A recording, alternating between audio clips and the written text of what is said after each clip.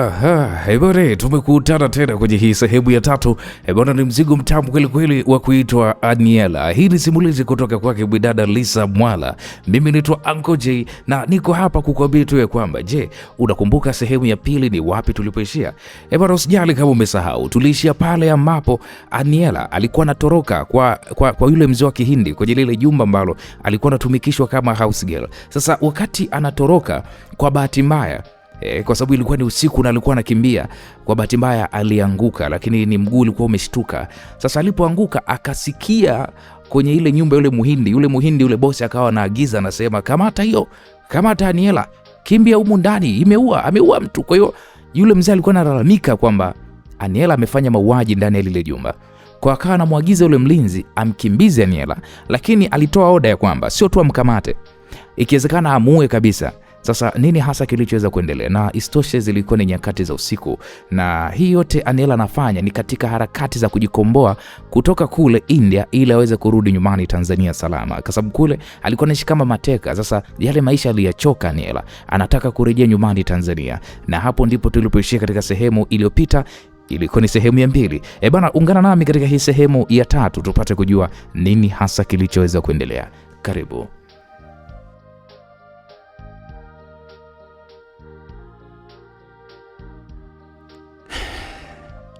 Msikilizaji, huwezi kuamini, nikafungua kile kigeti kidogo, nikatoka mbio. Hapo nilikuwa natazama nyuma, na vile nilikuwa siangalii chini, maskini ya Mungu, niliteguka mguu, nikaanguka chini kama vile mzigo. Na hapo kumbuka, nilikuwa nipo na mtandio tu, kwa sababu yule Devi alikuwa anataka kunibaka. Kwa hiyo nilitoka sina nguo, sina nini, nimetoka na mtandio tu. Nilipoanguka, kusema ule ukweli, nilihisi mguu unaniuma sana. Mara nikasikia, "We security, unaenda wapi? Kamata yule sunche, huyo ameua. Fungulia mbwa, wakamate hiyo, asitoke hapa, mshenzi huyo. Na ukimwona piga risasi miguu yote miwili na mikono yote miwili. Kwanza." Yani hapo sasa ndo yule muhindi, yule baba mwenye nyumba, yule mzee, ndo ilikuwa sauti yake. Yani baba yake na Krish ndo alikuwa analalamika hivyo. Nikasema, Mungu wangu, mimi Aniela, mimi nimekwisha. Niliogopa kusema ule kweli. Pale nikamkimbilia Mungu wangu, nikasema, Mungu, naomba unisaidie. Wazazi wangu huko mlipo mbele za haki, naombeni mniombee kwa Mungu. Mungu, mimi nisaidie nitoke hapa mimi salama. Naomba niondoke mimi hii nchi, niende kwetu. Kama nikufa basi nikafia huko Tanzania, nikazikwe pembeni ya wazazi wangu, na sio huku kwenye mataifa ya watu. Mungu, nakuomba, mimi sikuja huku kwa hujuma. Naamini wewe uliniruhusu, sikukulazimisha kuja huku. Naamini Mungu uliruhusu. Baba yangu alinileta huku akiwa na furaha kabisa, na sijafanya ubaya kwa kupenda. Naomba nisamee Mungu wangu. Mimi mwanao sina msaada mwingine zaidi yako. Nimuombe nani? Usinitupe Mungu. Yani hapo, msikilizaji, nililia, nilisali tena kwa sauti. Nikasikia sauti za mbwa zinakaribia pale getini. Aise, nilinyanyuka, kwa sababu kuna muda mwingine Mungu mwenyewe pia, maandiko yanasema usiombe tu kitegemea Mungu atakusaidia. No, unatakiwa uoneshe na wewe jitihada huku ukiendelea kumuomba Mungu. Kwa hiyo nikanyanyuka huku nikimwambia Mungu nisaidie. Nilianza kukimbia, lakini hapo kumbukeni, mguu unaniuma, kwa hata kukimbia kwenye siwezi vizuri. Yule mzee Rajesh alikuwa na eneo kubwa sana, lina fence, na alijenga nje kidogo ya mji. Kwa hiyo nilikuwa na kazi ya kuweza kuimaliza kwanza hii fence, alafu baada hapo nikimbie. Lakini hapo nasali kweli namshirikisha Mungu. Kelele za mbwa pamoja na walinzi zilizidi kunisogelea. Sikugeuka nyuma. Nilikimbia, yani nilikuwa nakimbia japokuwa na maumivu ya mguu, lakini nikasema hapana, sitaki tena kurudi kwenye lile jumba. Kwa hapo nilichokifanya, nikawa kama vile siyasikii maumivu japokuwa nasikia, ila nikasema potelea pote. Nikamaliza ile fence. Nikaja nikaingia kwenye kipori. Na vile ilikuwa ni usiku, kwa nikawa sioni vizuri, lakini nilikimbia msikilizaji. Nilizidi kuzama porini, lakini sikuogopa. Ni bora niliwe hata na wanyama wadudu kuliko kukamatwa na wale Wahindi. Walijua kunitesa. Sasa sauti za mbwa zilizidi kunikaribia, huku nikisikia kabisa sauti watu wakisema, itakuwa kaingia porini mule. Mwingine akawa anasema, hapana, atakuwa alikuwa na mtu wa kumsaidia. Hao walinzi sasa wenyewe kwa wenyewe wanabishana. Na hapo walikuwa wanabishana kwa Kihindi. Nikamsikia Krish anasema, hebu acheni kujadili. Acheni kujadili huku mmesimama, gawaneni, mwingine ingilia huku, mwingine ingilia huku. Kinachotakiwa ni kwamba akamatwe yule kahaba. Namtaka akiwa mzima, asifanywe kitu chochote. Nataka nimvunje kiungo kimoja kimoja mimi mwenyewe. Hebu waacheni hao mbwa. Toeni kamba hao mbwa. Hao mbwa ndio wataweza kutusaidia kujua ni wapi alipo. Yaani hapo ndo naongelewa mimi, yani wanataka kujua ni wapi nilipo. Wale mbwa si wana tabia kunusa. Kwa ilibidi wafunguliwe. Krisha aliwasema, nyinyi mnakimbia na mbwa huko mmewashikilia. Hao mbwa mnatakiwa muachie. Shikeni tochi kali mpite kumulika. Msikilizaji, mimi nilikuwa nawasikia jamani, nilitetemeka. Mbwa kweli watanipata. Maana mbio zao ni kubwa kuliko hata mimi. Na pia wananusa, hata kama nikijificha it means kwamba wataninusa, watanikamata tu. Nikasema mimi nimekwisha. Mungu wangu, naomba uniokoe kwenye hili. Wakapanga pale mipango yao. Walikuwa wanaongea kwa sauti ya juu sana. Na vile ilikuwa ni usiku, kwa sauti yao ilikuwa inasikika vizuri kwa kila kitu. Nilikimbia huku nikiwa nimechoka, na safari hii nilikuwa natizama nyuma kuona mwanga ule wa tochi. Nikiwa nakimbia kwa staili hiyo, maskini ya Mungu, sikuona mbele. Na lile giza, nilijikuta nimetumbukia kwenye tope zito. Mnajua tope? Na tabia ya tope ni kama vile unanasa, yani ukishaingia dubwi, kutoka kwake ni mtihani. Nilijaribu sana kujiokoa lakini nilishindwa. Nilihangaika niende kwa mbele hivi, lakini ndo kama vile nikazidi kujidimiza yani. Kila ninaposema ninyanyue mguu, yani ndo kama nikawa nazidi kuzama. Kumbe hapa nilipozama palikuwa ni kama mbuga. Juu kuna nasi, nasi tena. Juu kulikuwa kuna nyasi, Mungu wangu. Yani juu kulikuwa kuna nyasi na chini kulikuwa kuna maji pamoja na tope. Nilihaha, matope yakanifika mpaka kifuani, uwezi kuamini. Nani nilikuwa nazidi kutitia. Sasa kumbe nilichokuwa nakosea ni ile hali ya kujitikisa. Kwa nikijitikisa ili nijiokoe, kumbe ndo nazidi kuzama. Ikabidi tu nitulie kimya. Nililia. Nilijua huu mimi ndo mwisho wangu. Nilitamani kujiua msikilizaji, lakini najiuaje? Sina hata silaha. Natokaje hapa kwenye ile tope ambalo mimi nimenasa? Nilimkumbuka marehemu babangu. Nilimkumbuka marehemu mamangu. Nililia kwa uchungu sana. Nilitazama juu nikasema, Mungu wa mbinguni, sikulaumu kwa lolote. Najua una sababu ya kila jambo. Najua uliandika maisha yangu. Kama ni andiko langu hili ulilipanga niishi kwa maisha haya, naomba tu unichukue katika utakatifu. Najutia dhambi zangu zote. Naomba toba Mungu wangu, naomba unisamee, naomba nijalie kifo chema. Naomba unipokee mwanao nije nipumzike pamoja na yote haya. Mungu wangu, bado nakuamini. Hapo nililia mno. Mara nikasikia kishindo kinakaribia. Nikajitikisa ili nizame sasa, nife tu mumo kwenye matope. Lakini nilikuwa nimechelewa. Alikuwa ni mbwa, alikuwa ameshafika. Niliogopa. Mbwa alinikaribia, maana sikuwa mbali sana na nchi kavu, na muda huo nilikuwa nimeshazoea giza. Kwa nikawa namuona sasa huyu mbwa. Mbwa akataka kubweka, nikamwambia nikamwambia ni mimi nilikuwa nakulisha Poppy. Usifanye hivyo, nakuomba. Namkumbuke kwenye ile jumba mimi ndo nilikuwa house girl. Kwa hata kulisha mifugo ile mbwa sijui nini, mimi ndo nilikuwa nawalisha. Kwa mbwa walikuwa kama wamenizoea. Kwa niliongea kama vile naongea na binadamu. Uwezi kuamini, nyie kwenye shida. Kwenye shida msikilizaji, chochote unaweza kufanya. Yule mbwa alikuwa anaitwa Poppy. Akatoa ule mlio wa kama vile mtu ananijua, yani kwamba mimi sio mgeni kwake. Kwa mbwa akiwa anakujua ana tabia kutikisa mkia hivi. Nikamwambia naomba unisaidie Poppy. Nimekwama, siwezi kutoka. Yule mbwa alinitazama, mara akageuza akarudi kule alikotoka. Na nilimsikia vizuri tu akibweka kuelekea upande mwingine, lakini sikumuelewaga sababu yeye ni mbwa, mimi ni binadamu, ni vitu vile tofauti. Mara nikasikia mlinzi anasema, yule msheza atakuwa kafia kule kwenye mbuga yule. Yule kaba hawezi kuwa kule bwana. Maana tungemkuta kwenye tope kule bwana tu. Kwa kaka anabishana, tu tumfuate mbwa huko. Kwa mbwa sasa alikuwa anabweka lakini anaelekea upande mwingine, sio ule ambao mimi nipo. Kwa akawa anamfuata yule mbwa. Mimi nikabaki pale sijui kabisa nini hatima yangu. Nikawa nimetulia tu. Lakini muda wote nilikuwa nasali. Mara akarudi yule mbwa ambaye ni Poppy, akawa ananitazama huko anazunguka, akawa anajaribu kuingia naye kwenye lile tope, lakini anashindwa. Nikaona cha tu nimsogelee, nikajisogeza, lakini Poppy alihangaika sana. Naona kama vile alikuwa ananisaidia, lakini sasa na hivi nilivyo sina nguo kwanza hata moja. Yule mbwa akaondoka tena, akaja na mti akanitupia. Nilishika ile mti. Yeye akawa kama ameung'ata kwa ule upande wake. Sasa yeye akawa kama ananivuta hivi. Mimi sasa sikuwa namtegemea mbwa kwa sababu mimi na nguvu nyingi kuliko mbwa, alafu mimi ndo nimenasa kwenye tope. Kwa hiyo ikabidi sasa na mimi nijitahidi kama najivuta hivi kujitoa.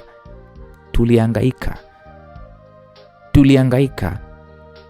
Lakini nyie Mungu ni mwema. Sijui nisemaje. Hivi viumbe sijui vinaongea, sijui Mungu amevitengenezea sijui tuseme uelewa gani.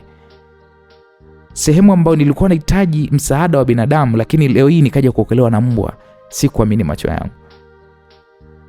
Huyu mbwa alikuwa na utu kuliko binadamu.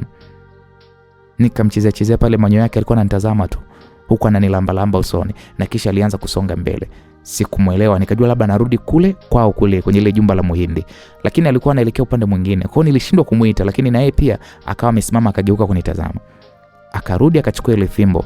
Alichukua ile fimbo kwa mdomo akawa ananipa, nikaishika naye akaanza kuivuta ile fimbo. Sasa hapo ndo nikamuelewa kwamba anataka nimfuate yeye. Nilimfuata nikiwa nipo mtupo kabisa. Kile kimtandio nilichokuwa nimejistili kilikuwa kimebaki huko kwenye matope. Mbwa alinisogeza mbali sana. Nikaona taa nyingi, lakini ni wazi ilikuwa ni Uswahilini. Yaani kwa sababu kulikuwa kuna vijumba vingi mno. Msijue tu kwamba eti labda Tanzania ndo kuna Uswahili, nyumba za Uswahilini. No, hata India pia nyumba hizo za Uswahilini zipo. Yaani nyumba zimejazana nyingi. Zimekaa bila mpangilio, zipo. Yule mbwa alipofika pale akasimama, akanitazama. Mimi nilichochumaa, nikamwambia asante. Yaani hapo naongea naye kama binadamu, lakini najua sasa hanielewi, lakini nitafanyaje sasa? Nikamwambia tu asante. Yule mbwa alitoa mlio wa huzuni, nikamkumbatia, nikamwambia rudi nyumbani. Mimi yani nikamwambia rudi nyumbani, afu mimi sina pa kukupeleka Poppy. Nikamwambia hivyo, sina pa kukupeleka. Natamani tungeenda wote, lakini wapi sasa? Yaani nikawa naongea naye mpaka ikafika stage nikamwambia natamani ungekuwa hata binadamu. Nikushukuru, tujibizane, ila asante, Mungu ni mwema. Yule mbwa alikuwa ametulia tu kimya ananitazama. Nikamkumbatia kwa nguvu. Akanilamba pale, nikasema nitakuwa okay sawa tu. Huko napokwenda nitajipambania, naomba urudi nyumbani tafadhali na kuomba. Yule mbwa aligeuka kaanza kuondoka. Nilimtazama, mara akageuka akarudi tena. Akaanza kunirukia pale na kucheza na mimi. Nikamwambia nitakuwa sawa, naomba uende. Yule mbwa kaondoka, akarudi tena. Safari hii nikamfokea sasa. Nikamwambia Poppy rudi nyumbani sasa. Kwa nini unakuwa ni mkaidi? Yule mbwa akanitazama kwa huruma. Nikamshika uso wake. Nikamwambia naomba uende, nitakuwa sawa zaidi. Yule mbwa alionekana kama vile ana huzuni fulani hivi, kisha akashika njia sasa safari ya kurudi kwao. Mimi nilianza sasa pale kusogelea zile nyumba. Hapo kumbuka nina tope la hatari, alafu niko mtupu. Nashukuru tu Mungu kwa sababu ilikuwa ni usiku. Niliona kuna kijumba kilikuwa kimeanika nguo nje. Nikasema Mungu nisamee katika hili. Nilivuta gauni hili pamoja na mtandio nikatoka mbio. Nilitembea hapa kwata na watu. Nikaona kisima kilikuwa kina ndoo pembeni. Vile kulikuwa kuna taa nyingi, kulikuwa kuna mwanga, nikachota pale maji. Nikaoga pale haraka. Nilikuwa kama mchawi usiku ule kusema ule kweli. Then natizama huku na kule, naoga haraka nitoe yale matope. Nilipomaliza nikavaa ile gauni. Gauni lilikuwa limechapaka, lilikuwa limechanika, lakini niliona ni bora, yani sikujali. Niliona nimevaa vazi la gharama, sikwambie mtu. Nilijifunika ule mtandio nikashika pale njia.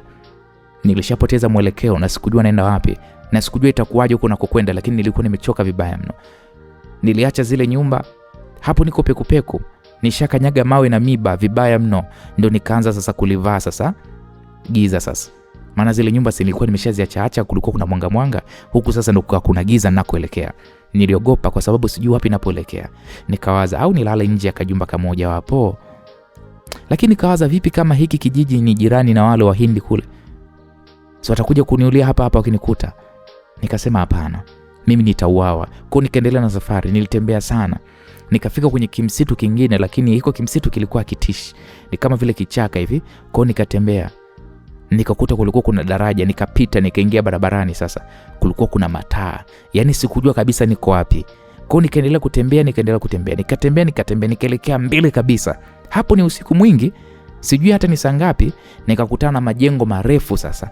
Nikajua hapa ni mjini tu. Niliendelea kutembea, mara napita yale majengo. Wakati nayapita nikasikia naitwa, wewe nani unapita hapa muda huu?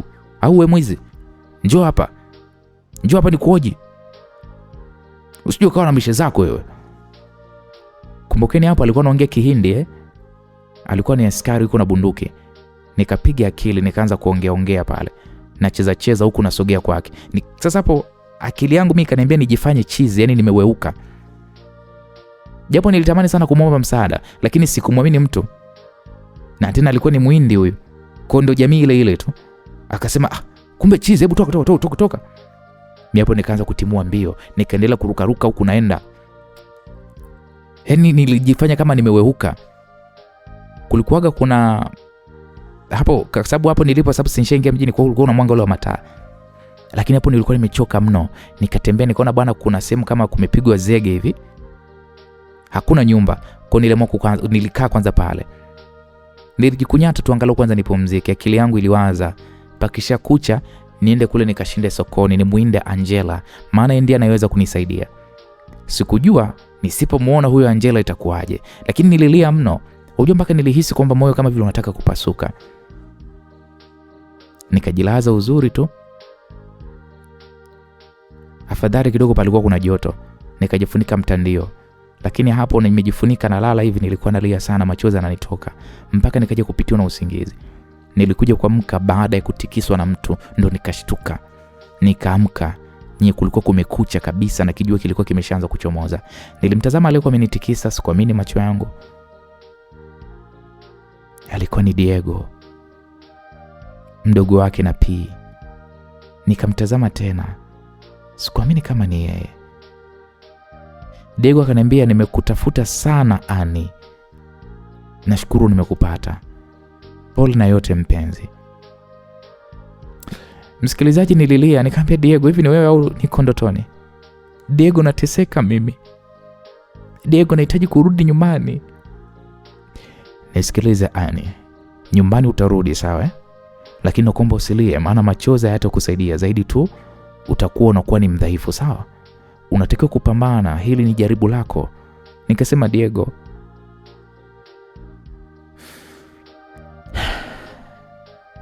twende nchini kwetu. Nakupenda sana Aniela, nyanyuka tuondoke twende nyumbani. Ila sitaki ulie. Nataka uwe imara sawa?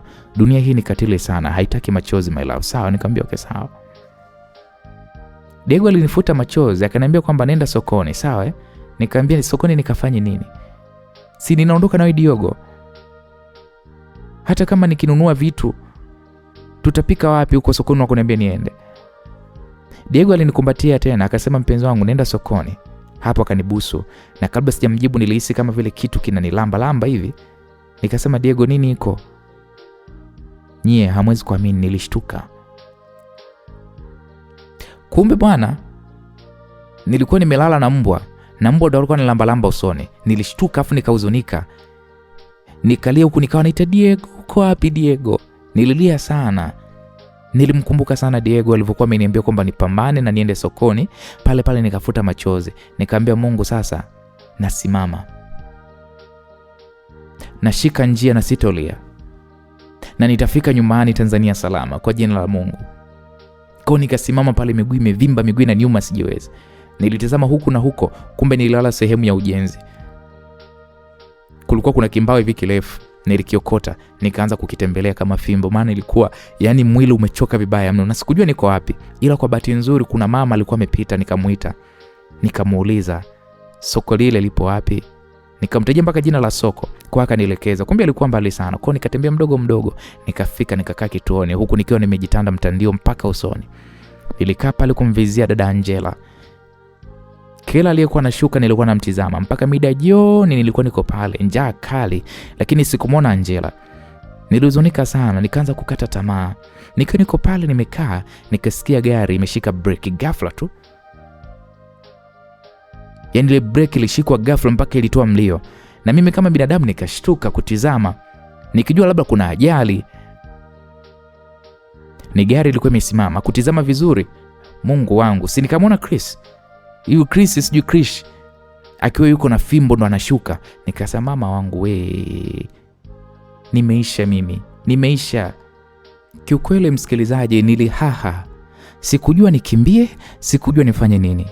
Krishi alikuwa ananitazama, yani anatazama upande ambapo mimi nipo. Huwezi kuamini, nilifumba macho alafu nikasali. Nilijua mimi ndo basi tena. Nakimbiaje wakati na miguu inaniuma? Nikiwa niko vile, nikasikia majibizano na watu walikuwa wamejaa. Krishi alikuwa anaongea sana. Kumbe Krishi alikuwa anataka kumgonga mtu, na yeye ndiye alikuwa ndo mkali. Si mnamjua Krishi tabia zake? Akawa anataka kumpiga huyo mtu alikuwa anataka kumgonga. Mimi kusikia vile, nikanyanyuka pale mdogo na kimbao changu, nikaanza kuzunguka, nikaenda pembeni ya mlango wa soko. Nikajikunyata pale kimya. Yaani ukiniona hivi unitambui msikilizaji. Muda huo kwanza nilikuwa na njaa, alafu nilikuwa na kiu, sijala wala sijanywa chochote. Nilikaa pale nikawa namuomba Mungu. Jioni ilikuwa imeshafika. Sikujua nifanye nini, sikujua niende wapi. Nikiwa zangu pale, kakaja hivi katoto hivi kadogo. Kale katoto ni kakihindi, kalikuwa ni kazuri sana. Kalikuwa kana mkate mkononi, kakawa kananipa. Nilitamani kuchukua lakini niliogopa kupokea cha mtoto. Vipi kama mamake akijua akianza kufoka? Manake akinifokea kule Krishi si ataona. Kwa kale katoto kaendelea kunipa, huku kaka kanasema kula. Hapo kanaongea Kihindi. Kananiambia kwamba shurkan ha, yani kwa maanisha chukua, kula. Mimi nilitabasamu. Nikamwambia hota he, yani ile kuchikuchi hota ile unaifupisha, unasema hota he, maana yake ni kwamba asante. Lakini sikupokea. Nilimwambia tu asante, lakini sikupokea. Mara nikasikia Zuri, kumbe mtoto anaitwa Zuri. Ndio nikamfahamu hapo. Sasa nikawa nawaza nani aliyemuita? Kumbe kulikuwa kuna mdada mmoja hivi tena wa Kihindi. Ndio nikajua kale katoto kanaitwa Zuri. Kakasema rafiki yangu ana njaa na miguu inamuuma, lakini hataki kula. Sasa yule dada akanitazama akasema pokea, kula. Nikamwambia asante sana. Yule mdada akaniambia unaitwa nani na unaishi wapi? Nikasema mimi naitwa Ela. Nikaishi nataja mtaa wa maskini huko Swahilini. Hapo sikutaka kumtajia jina langu, nikadanganya. Akaniambia sasa umekuja kufanya nini huku mbali? Mbona kama vile unaumwa? Nyia mwezi kuamini, huyu dada wa Kihindi alipokuwa ananioje machozi yalinitoka. Nikamwambia nimekuja kuomba, lakini mimi siumwi. Akaniambia mbona miguu inatoa damu? Mbona miguu kama imevimba? Nikasema ni kwa sababu ya kutembea, sina viatu. Kale katoto kazuri kale kanaitwa Zuri.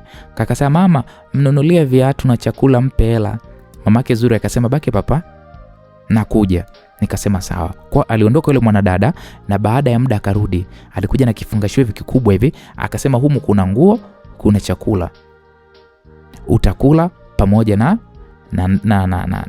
utakula pamoja. Akanipa mpaka na ndala zile za kutembelea viatu pamoja na pesa. Akasema itakusaidia japo kidogo nauli. Hamwezi kuamini msikilizaji, nilipiga magoti. Nikamwambia unjani, yani hapo kwa Kihindi maana yake ni kama namshukuru sana. Yule dada akasema pole sana, Mungu akusaidie. Ningekuwa na uwezo ningekuchukua nikakusaidia zaidi, lakini mimi naishi kwa wakwe na familia kubwa. Nikasema watu usijali dadangu, asante na umenisaidia sana. Tukiwa tunaongea alikuja kijana mmoja hivi. Akasema nimefika. Alikuwa na kiboksi hivi. Mama Zuri akasema huyu hapa msaidie. Yule kaka akasema nimekuja kukutibu miguu. Yeye nilishukuru. Alinishika pale miguu, akaifuta, akanipaka kama dawa, akanipa na nyingine ya kumeza. Mimi muda wote nilikuwa nashukuru tu, ene mpaka nalia. Ni muda mrefu tangu mtu mimi anijali na kunionyesha upendo kiasi hiki. Sasa huyu mama Zuri, mama wa Kihindi, alichukua zile ndala zile kanda mbili za kuvaa miguuni. Akanivalisha kisha akaniaga akasema dia, Mungu akutunze, naamini kila kitu kitakuwa kiko sawa. Rudi nyumbani ukapumzike upone miguu. Mimi kila baada ya siku moja na kuwa niko hapa, hivyo kesho kutwa nitakuletea zawadi zingine, sawa? Nyu mdada wa Kihindi alivyozungumza hivi, kwanza nilimshukuru sana. Sijui nisemaje, nilimwombea nikamwambia okay sawa. Kale katoto kazuri kale kanaitwa Zuri, kakanikumbatia, kakanibusu, wao kaondoka. Nilifarijika sana. Nilikaa mpaka majira usiku, sikumuona Angel. Nikaondoka na kurudi nilipokuwa nimelala. Nilificha ile pesa alizokuwa amenipatia yule mama Zuri. Hazikuwa nyingi sana, ila zingeweza kunisaidia mimi kupata chakula. Asubuhi sana nikaamka, nikaenda kuoga kwenye choo cha kulipia, nikavaa nguo alizokuwa amenipatia mama Zuri. Ilikuwa ni gauni la bei nafuu, lakini nilifurahia kwamba angalau nilionekana mimi mtu mbele za watu. Nikajitanda pale, nikawahi sokoni. Mkumbuke hapo ndipo kwenye nchi za watu na ninapambana niweze kurudi nyumbani Tanzania. Kwa hiyo nikawahi sokoni. Nilifanya hivyo kama wiki 2, lakini sio Angela wala Soma Mazuri aliyokuja. Nilikuwa naomba sokoni, mara nipigwe na isitoshe mimi mweusi, mara nitukanwe. Yaani nilidhoofu, niliogopa kwenda kutafuta kazi au kuzunguka nchi ya watu hii jamani. Wakiniona mimi, wakina Krish itakuwaje? Kwa nilivumilia tu huku nikiwa ninalala pale nje. Nilikuwa najifulia vinguo vyangu, vindikauka nikuvae. Jua yani lilikuwa la kwangu, mvua ilikuwa ya kwangu. Kiukweli nilikata tamaa ya maisha. Akili ilikuwa imeshachoka, nikawa siwazi hata nini nifanye. Nililia, nilimlaumu Mungu, yani nafika stage mpaka Mungu nikawa namlaumu. Hadi ndipo usiku mmoja nikajiambia mimi leo naenda kwa mara ya mwisho sokoni. Nisipomuona Angela, nitaomba, nikipata pesa nitanunua sumu ninywe nife, nimechoka ya maisha. Nililia sana huo usiku, sikupata hata usingizi. Zaidi ya wiki 2 kwenye nchi ya watu, sina pa kwenda, sina pa kufanya chochote, sina ndugu, sina nini. Nalala tu makazi ya nje. Niliwakumbuka sana wazazi wangu. Nilimkumbuka sana yule mwanaume wangu wa kwanza Diego alionitoa usichana wangu. Ni hata sijui ni kwa nini Diego alikuwa kichaka changu cha faraja. Kwenye ulimwengu wangu wa upweke walikuwepo wazazi wangu, na kwenye ulimwengu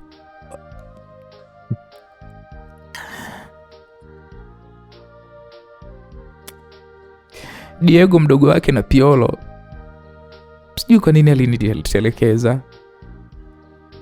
Maisha nayopitia sikuwahi kutegemea kama mimi Aniela nitakuja kuyaishi. Tangu wazazi wangu wafariki dunia, maisha yamebadilika. Nimekuwa maskini wa kutupwa.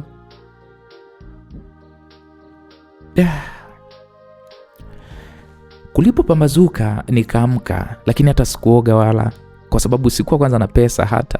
Kwa nilienda sokoni, nilikuwa naomba. Nikapata kipesa kilinitosha kabisa mimi kununua sumu. Na muda saa 9 hivi za jioni nilima kuondoka sasa niende zangu kununua sumu nife. Nilichoka ya maisha.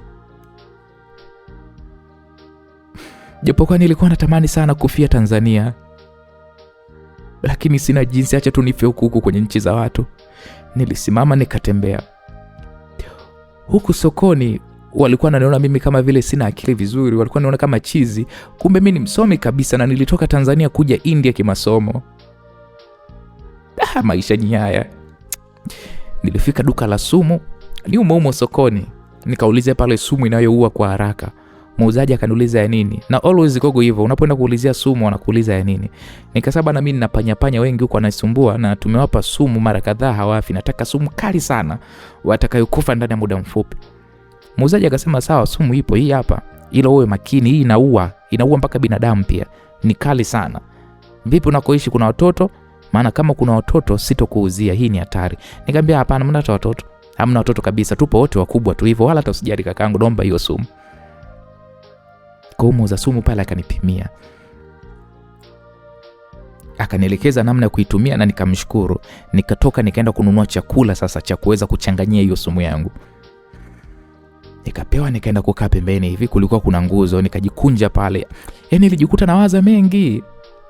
Nilikumbuka furaha wakati kipindi hicho wazazi wangu ni matajiri kabla hawajafariki na kuwa maskini.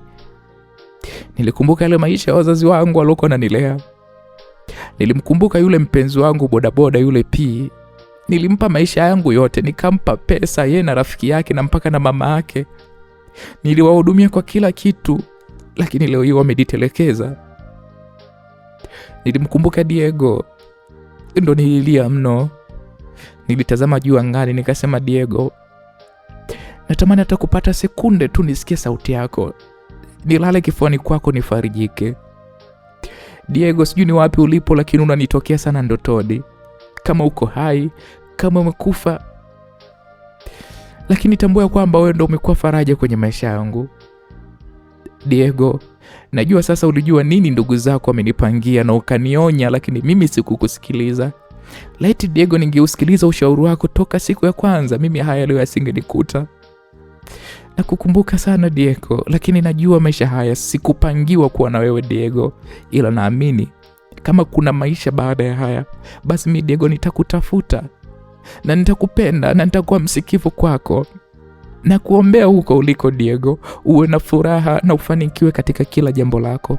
Usiwe na huzuni, maana huzuni yako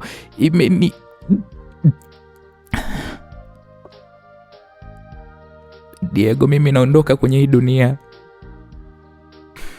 Nitakukumbuka na nakupenda sana. Kwa heri my love. Hapo nililia sana msikilizaji.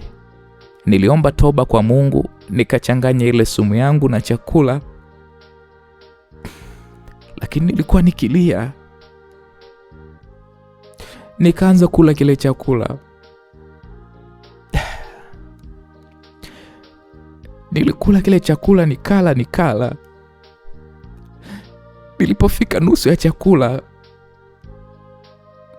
nilianza kupata maumivu makali sana ya tumbo. Tumbo lilinikata mno. Nilitamani kupiga kelele, lakini nikakumbuka mateso niliyoyapitia ya kubakwa, kupigwa. Nikasema haya maumivu ya tumbo si lolote, si chochote, na ndo njia mimi kuwa na amani na mapumziko. Nitayavumilia tu haya maumivu. Tumbo lilinivuruga. Nilijikaza. Maumivu yalikuwa ni makali mno. Ni kama vitu vilikuwa vinapasuka tumboni. Nilijishika tumbo, nikalala hivi, nilijinyonga. Machozi hayakuacha kunitoka. Ghafla nilijikuta napoteza uono. Nikawa sioni. Hapakuwa na mtu aliyenisogelea. Maana maumivu yalivyozidi nilitamani kuomba msaada, lakini mdomo ulikuwa ufunguki. Mdomo wangu ni kama ulijaa mate. Mara nikamwona mamangu mzazi. Nilimtazama mama, nikaita mama. Mama alitabasamu akaniambia, mwanangu Aniela, njoo nikumbatie mama yako. Nilisimama nikawa namfuata mama. Nilipomkaribia huku nimeachia mikono,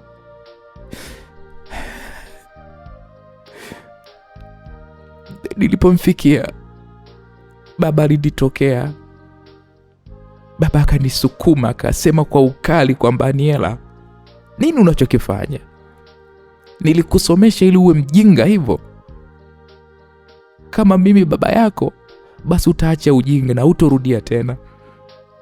Aniela, nilikwambia mwanangu, wewe ni nyota ya nyumba yangu. Iwaje mawingu meusi ya kutishia ya kukatisha tamaa? Najua kuja kwa kiza kizito sasa, lakini wewe ndo nyota mwanangu, utang'aa tu, uvumilia. Nikasema, baba, mimi nimechoka na hii dunia. Baba, mimi naumia. Baba akaniambia, mimi ndo baba yako. Toka huku, toka Aniela.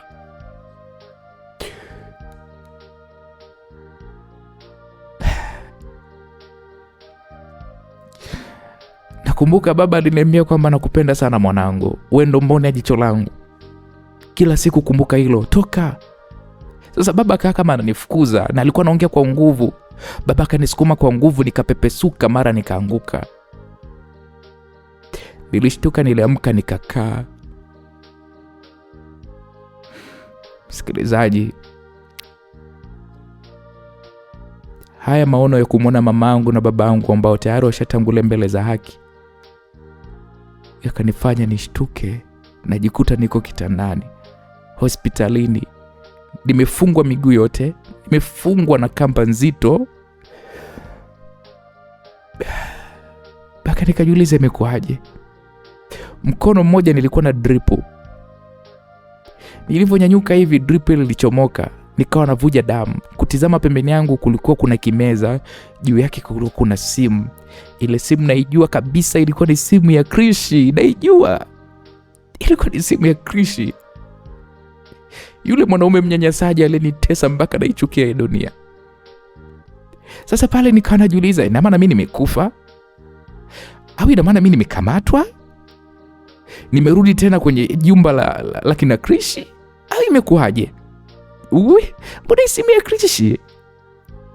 Sasa Sasa nifanye nini mimi? Nimefikaje hapa? Au ni akti nimekufa? Si watanizika sasa mzima. Kujitazama hivi nikajiona nimevaa nguo za hospitalini. Nilikuwa niko chumba cha peke yangu. Akili kanijia kwamba ni bora niondoke kuliko nibaki. Maana mimi Krish huyu anakwenda kuniua. Bora nikamana.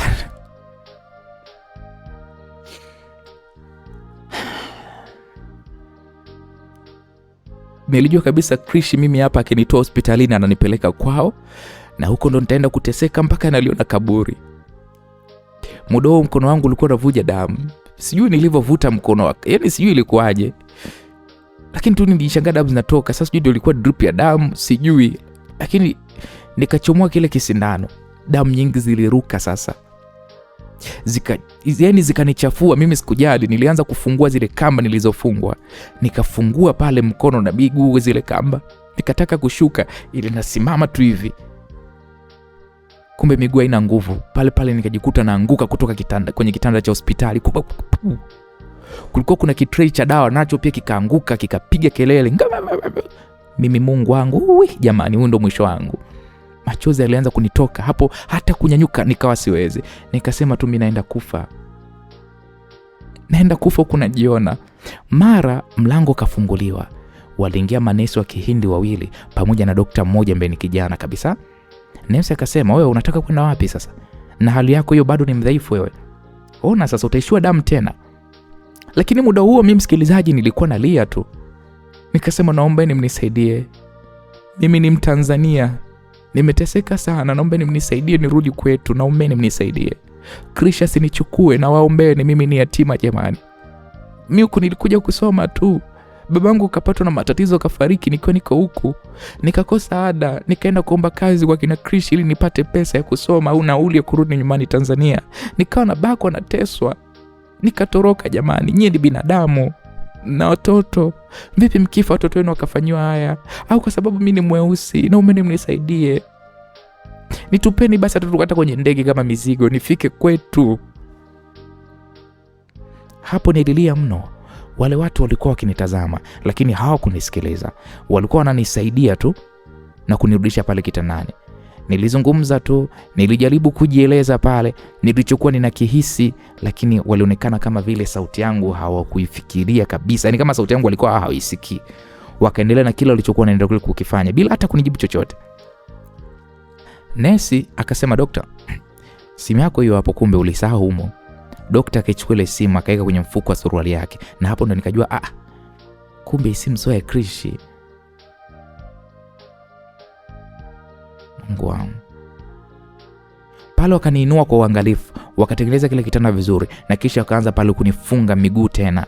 Sikuelewa ni kwa nini na wala hata sikupata maelezo yoyote. Na baada ya hapo walianza kusafisha damu zilizokuwa zimetapaka pale. Zilizokuwa zimechafua hata mwili wangu pia. Mimi nilikuwa nikiwatizama tu, lakini nilikuwa niko dhaifu, nikiwa na hofu isiyoelezeka. Baadaye wakanipandishia drip. Wakati huo walinichoma sindano nyingine iliyoingia pamoja na drip. Mara baada ya sindano ile, mwili wangu ulianza kulegea. Usingizi mzito ulinijia taratibu. Nilianza kusinzia na kila nilipojaribu kufumbua macho usingizi ukanirudisha tena. Sikujua nililala kwa muda gani kusema ule ukweli. Nilipokuja kushtuka, nilijikuta nipo kwenye chumba cha utulivu sana. Mazingira yalikuwa yako kimya, lakini bado nilikuwa nipo hospitalini. Safari yangu haikuwa imeisha. Nilipogusa mwili wangu niligundua kwamba bado miguu yangu ilikuwa imefungwa, na hapo ndipo nilipoanza kutambua kwamba nilikuwa nimepitia jambo kubwa sana kuliko vile nilivyokuwa naweza kuelewa kwa wakati ule. Nilijawa na hofu. Nilijua kabisa ya kwamba Krish alikuwa bado mitaani. Wazo hilo lilinifanya nitetemeke sana. Nilijaribu kujipa nguvu. Nikajiambia nijaribu tena kujiokoa, lakini kabla sijafanya chochote mlango wa chumba ulifunguliwa. Aliingia mama mmoja hivi. Anaitwa Mama Zuri. Mara tu nilipomtambua, alikuwa ni yule mama wa yule binti wa Kihindi. Alikuwa amenipenda tulipokutana kule sokoni. Siku zile nilipokuwa naomba. Mara tu nilipomwona Mama Zuri, moyo wangu ulipata faraja isiyoelezeka, lakini faraja ile iliambatana na machozi. Machozi yalinitoka bila hata kujizuia. Mama Zuri alikuja pale haraka sana, akanishika kwa upole, akawa anasema, "Usinyanyuke, usilie. Nipo hapa pamoja na wewe. Wamekufunga hivi kwa sababu ulikuwa unafanya fujo na ukawa unataka kujidhuru dia."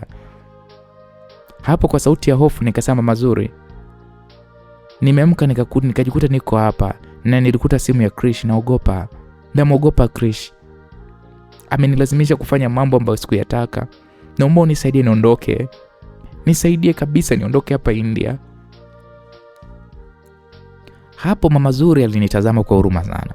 Kisha akaniambia kwa sauti ya utulivu, akasema, "Hapana, usiwaze hivyo. Mimi nitakusaidia. Na nimeambiwa kila kitu na manesi pamoja na madaktari. Kumbe wewe haukuwa kama ulivyonieleza.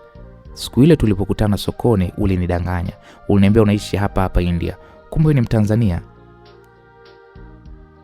Hapo Mama Zuri alikuwa amezungumza hivyo kwa kutabasamu kidogo, na kisha akaendelea akaniambia, "Sasa cha kwanza hebu pona kwanza, alafu mengine tutayazungumza baadaye. Usiwe na wasiwasi, kwa sasa uko salama. Nitakusaidia urudi nyumbani kwenu nchini kwenu Tanzania." Kiukweli maneno ya huyu Mama Zuri yalinipa faraja kubwa mno. Machozi yaliendelea kunitoka, lakini safari hii hayakuwa ya hofu, yalikuwa ni machozi ya matumaini. Nilimshukuru Mungu kwa moyo wangu wote. Wakati huo huo, mawazo yangu yakamrudia Diego. Nilimkumbuka sana Diego. Nilitamani hata nione tu sura yake kwa mara nyingine tena.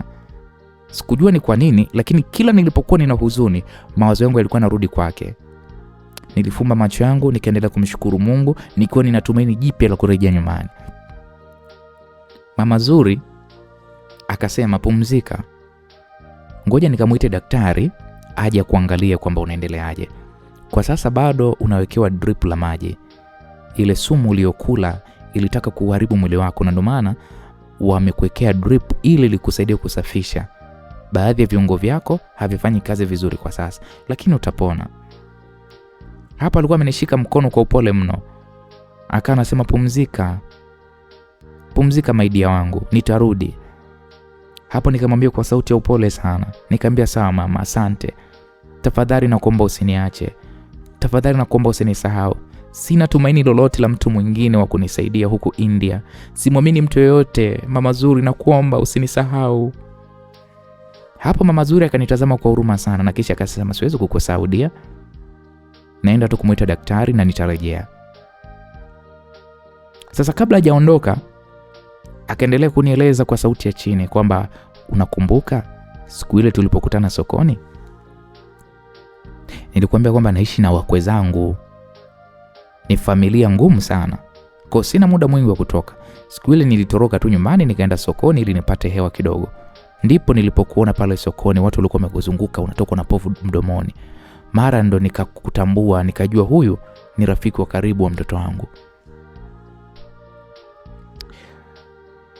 Mama Zuri alipoongea hivyo, unajua nilikuwa namsikiliza, afu machozi yalikuwa yameshanijaa machoni mwangu.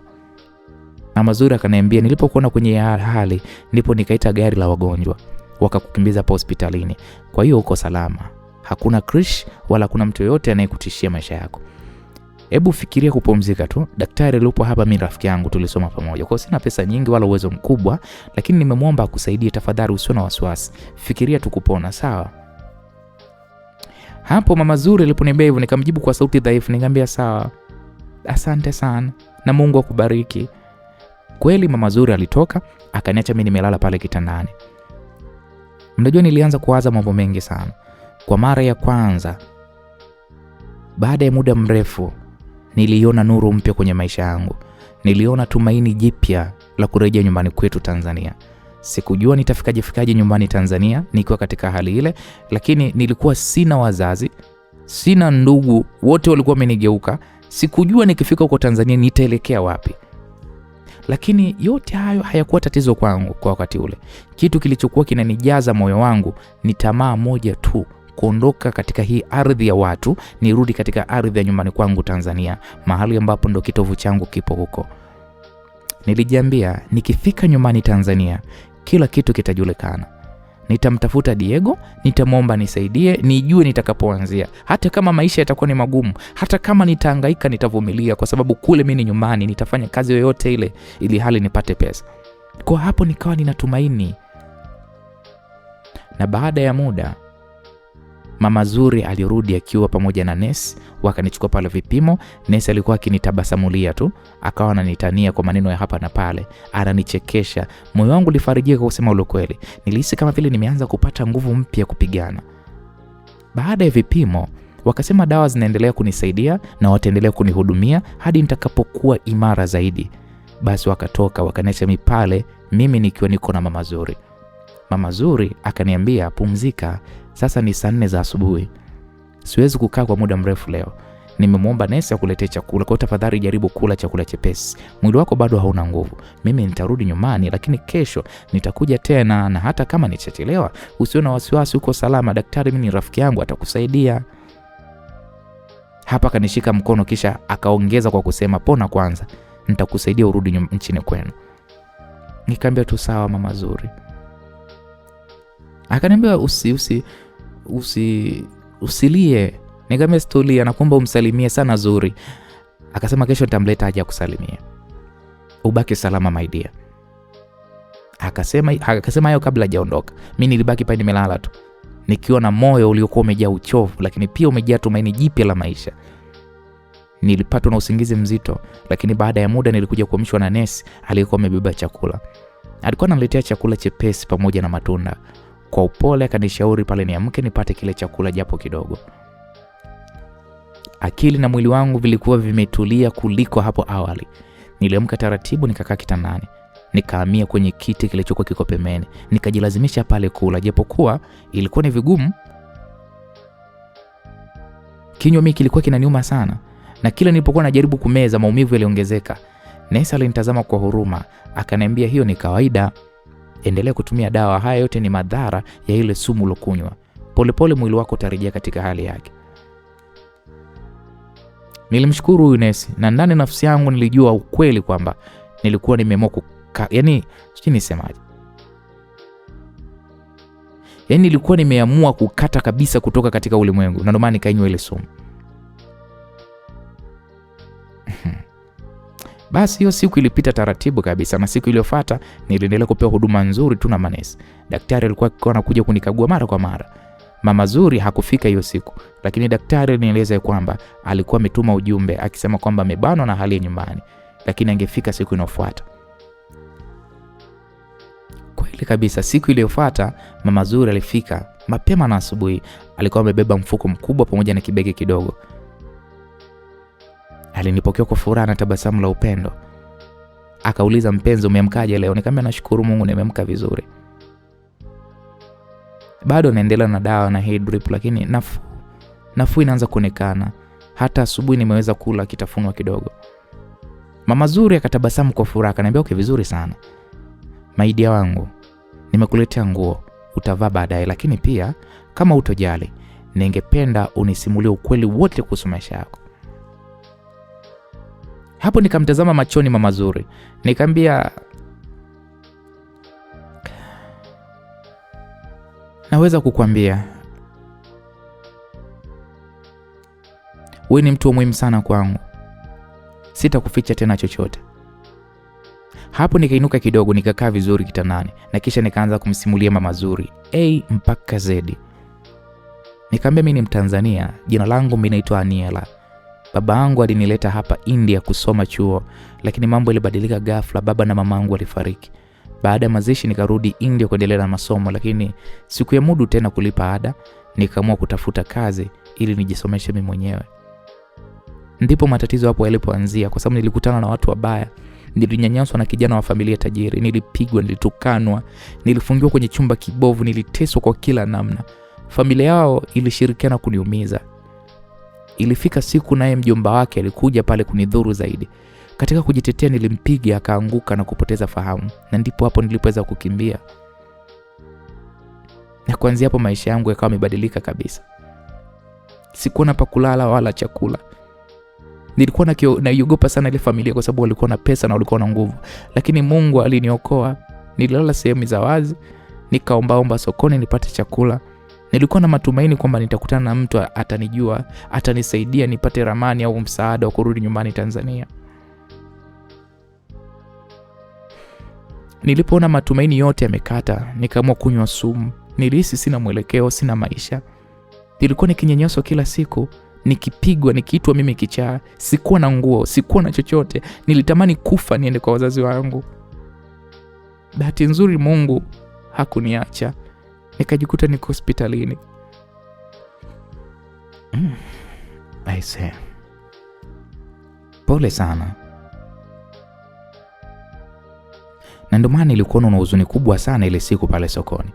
Mtoto wangu alikupenda sana, lakini nilijua kuna jambo kubwa zaidi. Nilipoona watu wamekuzunguka, unajua roho yangu iliniambia nisimame. Nilipokutazama moyo wangu uliumia sana. Usijilaumu Aniela. Dunia bado ina watu wazuri. Changamoto unazopitia ni ishara ya neema kubwa inayokuja. Mungu huwajaribu sana wale anaowapenda. Zawadi kubwa upitia kwenye moto. Tafadhali usifikirie tena kujidhuru. Maisha yako ni ya thamani sana Aniela.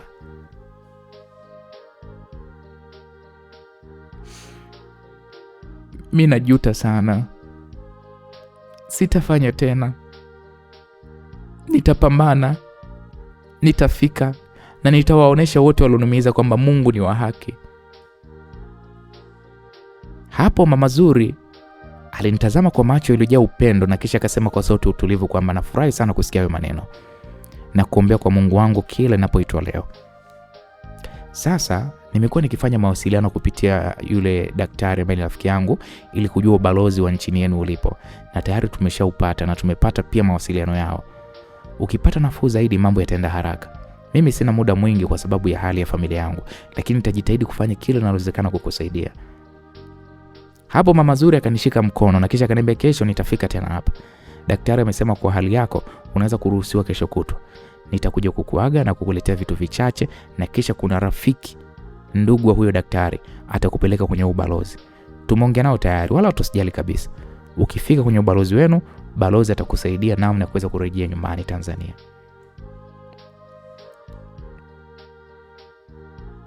Sina kikubwa cha kukupa. Kama nilivyokuambia, mimi nimeolewa kwenye familia ngumu na mimi pia napitia unyanyasaji. Siwezi kurudi nyumbani kwa sababu ya mila zao. Wanachukulia ndoa kama vile kifungo cha heshima, lakini chochote nitakachokupa pokea kwa moyo. Kikubwa niwe urudi nyumbani kwenu Tanzania. Na ukifika huko nyumbani usirudie tena mambo ya kuhatarisha maisha yako. Pambana, pigana, simama. Rudisha heshima yako, rudisha heshima ya familia yako, rudisha sifa ya wazazi wako. Nadhani umenisikia Aniela. Nimekusikia mama. Historia yako inasikitisha sana, lakini haimaanishi kwamba ndo mwisho wako. Nitakupa mawasiliano yangu na tutakuwa tunawasiliana. Sawa Mama Zuri.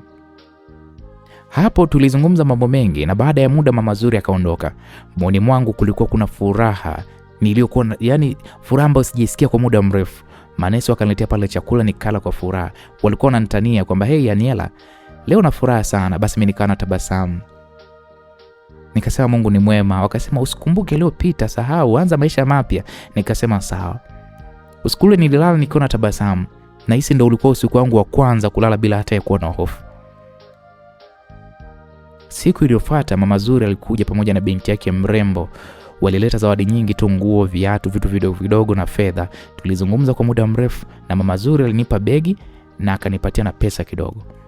Akasema mpenzi, sisi tuna safari ya kifamilia. Huenda sitakuona tena kwa sasa, lakini haya ndio mawasiliano yangu, yaweke vizuri. Safari ya kurudi kwenu tayari imeshaandaliwa. Tumeongea na balozi wa nchi yenu pamoja na ubalozi wa Tanzania hapa India. Na kuombea sana kwa Mungu Aniela. Yaliyokupata sirudie tena kwenye maisha yako. Uone tabasamu, uone raha ya maisha na umuumie kwa sababu hukukutana na watu wabaya kwa bahati mbaya. India si nchi mbaya, ulikumbana tu na upepo mbaya. Nikamwambia sawa Mama Zuri. Hapo nilisema kwa sauti ya shukrani, kwa tukakumbatiana na binti yake akanipa pale zawadi, cheni pamoja na hereni. Nilifurahi sana. Tulipiga picha nyingi kwa simu ya Mama Zuri, picha zangu na binti yake na zinginezo, tukiwa tuko wote watatu. Na baada ya hapo waliniaga wakaondoka. Kiukweli nilihuzunika sana, lakini nilimshukuru Mungu na nikawaombea. Siku iliyofuata Daktari General alikuja pale na kijana mmoja, wakanichukua kunipeleka huko. Tulisafiri umbali mrefu mpaka tukafika kwenye ubalozi wa Tanzania nchini India. Na nilipofika nilimwomba balozi, alikuwa ni mwanaume mtu mzima hivi. Alinitazama juu mpaka chini kisha kauliza, hivi wewe ni nani? Ndo Aniela Mtanzania? Nikasema ndio. Pole sana binti yangu, sasa usiwe na wasiwasi. Utarudi nyumbani, tiketi yako iko tayari, na leo utalala hapa, kesho asubuhi utapanda ndege. Hamwezi kuamini, nilipiga magoti, nililia. Nilimshukuru Mungu kwa sauti ya nani. Akaniambia, usilie binti yangu, utarudi nyumbani. Changamoto zenu mara nyingi ni kutokujua sheria na taratibu. Nchi yetu na hii nchi ni marafiki, mimi ndiye mwakilishi wenu hapa. Kiukweli nilishukuru sana. Nilioneshwa pale chumba, nikapumzika, nikapewa chakula, nikalala. Na siku iliyofuata kweli nilichukuliwa na nikapelekwa uwanja wa ndege. Sikuwa na vitu vyangu wala nyaraka. Sijui walifanya taratibu zipi, lakini nilipanda ndege. Safari ilikuwa ni ndefu, nililia sana na hatimaye Tanzania. Nilipoona ndege inatua Dar es Salaam, sikuamini. Niliposhuka na kukanyaga ardhi ya nchi yangu, nilipiga magoti, nililia kwa sauti, niliibusu ardhi yangu kwa kweli. Nikasema, Mungu, sitaondoka tena katika hii nchi yangu, nitakaa hapa, iwe jua, iwe mvua, iwe lolote, nitabaki hapa hapa. Lakini niliposimama na kutoka nje, nikiwa nipo na kibegi changu kidogo, mawazo yakaanza kunijia upya. Kwamba okay, nimeshatua Dar es Salaam Tanzania. Haya, nakwenda wapi? Ninaenda wapi? Sina mtu, sina ndugu, sina makazi, naelekea wapi? Nilitoka moja kwa moja mpaka barabara kuu. Barabara ile ilikuwa imejaa magari mengi sana, bodaboda na bajaji, yani fujo za jiji la Dar es Salaam. Nikaziona hizi hapa. Kiukweli sikujua niende wapi. Nilisimama tu. Nilijikuta nawaza sana. Nikajipigia hesabu moyoni. Hasa niende wapi sasa mimi? Mie Aniela, niende wapi? Sina ndugu, sijui hata pa kuanzia. Niliwajua watu wengi waliokuwa ni marafiki wa baba, lakini sikuwa na ukaribu nao. Kwa maisha yangu mimi mengi yalikuwa yako nje ya nchi, na huku mwishoni hata kama nikirudi nilikuwa niko busy na mpenzi wangu yule Piolo, yule dereva bodaboda yule pia. Hivyo sikuzoea sana watu, kusema ukweli. Hata rafiki zangu wa Ulaya nilishawakopa pesa afu sikurudisha pesa, na mawasiliano nao pia sina. Mr. Temba ndo hivyo, mkewe alishanipiga marufuku na akanitisha na vitisho juu. Sasa baada ya kuwaza kwa muda mrefu sana niende wapi, akili kanirudia kwamba acha niende Manzese kwa kina Leila. Nilijiambia huenda labda watanunia huruma kutokana na hali yangu. Nilikuwa ni mdhaifu, nimechoka, nimevunjika moyo. Hata kama hawatanionia huruma, ningeweza hata kupata habari yoyote kuhusu Diego. Sikumwaza Piolo kwa muda huo, yule pia sikumwaza. Kwanza alishanionyesha ukatili wa kiwango cha lami. Na kwa wakati ule Diego ndiye mtu pekee niliyemuona anaweza kunisaidia. Maana nilimuona ndotoni na mawazo pia, mawazo yangu mengi nikawa namuona yeye. Yaani katika siku nyeusi za maisha yangu nilikuwa namuona Diego amebaki kuwa moyoni mwangu. Ingawa Piolo ambaye ni P pamoja na Leila walikuwa wameniblock kwenye simu zao kwenye mitandao ya kijamii, lakini nilijipa matumaini labda Leila akiniona, unajua labda utu tamjia, ngoja nione. Kwa sababu kule Manzese swali ni kwao unapakumbuka. Na kwa bahati nzuri bado nilikuwa na pesa kidogo alizokuwa amenipatia yule Muhindi aliyenisaidia kufika ubalozi wa Tanzania. Mpaka kanirudisha nyumbani Tanzania. Kwa nilipogundua kwamba pesa zile zilikuwa ni za Kihindi, nikarudi haraka uwanja wa ndege kuzibadilisha zile pesa. Sikupata pesa nyingi, lakini zingeweza kunisukuma kwa siku 2-3. Nilipanda bajaji na nikaelekea moja kwa moja Manzese. Nilipofika Manzese nilichanganyikiwa kidogo kwa sababu ya wingi wa nyumba mpya. Lakini baadaye nikaanza kukumbuka baadhi ya alama, vichochoro nilivyowahi kupita, maduka nilikuwa nimeyazoea kuyaona, na hatimaye nilifika nyumbani kwa kina Leila. Mlango ulikuwa umefungwa, nikagonga. Na baada ya muda mfupi Leila alitoka. Ilikuwa ni majira ya jioni, mwanga wa jua ulikuwa umeshaanza kupotea. Nilipotazamana naye, unajua nilitabasamu japo kwa tabu, lakini yeye Leila alinipima kwa macho ya dharau. Akanipandisha, akanishusha. Akasema, wewe nani? Unataka nini hapa? Unajua nilishangaa, ina maana kwamba mimi nimechakaa mpaka sitambuliki, kwamba Leila hanijui ama ni vipi? Nikamjibu kwa upole, nikamwambia Leila, ni mimi Aniela, nimerudi kutoka India. Leila kwanza alinicheka. akapiga na makofi kwa dhiaka, kisha akasema, makubwa haya. Aniela gani huyo? India ipi ulotoka wewe uko hivyo? Shida yako nini? Haya, niambie nikusaidie. Unataka nini?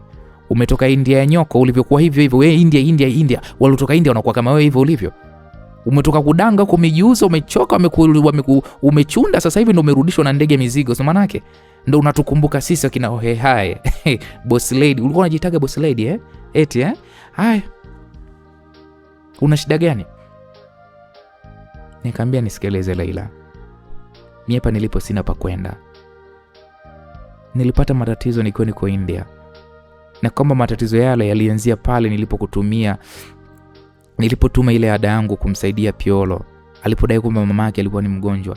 Nilitoa pesa zangu zote za ada, na ndipo hapo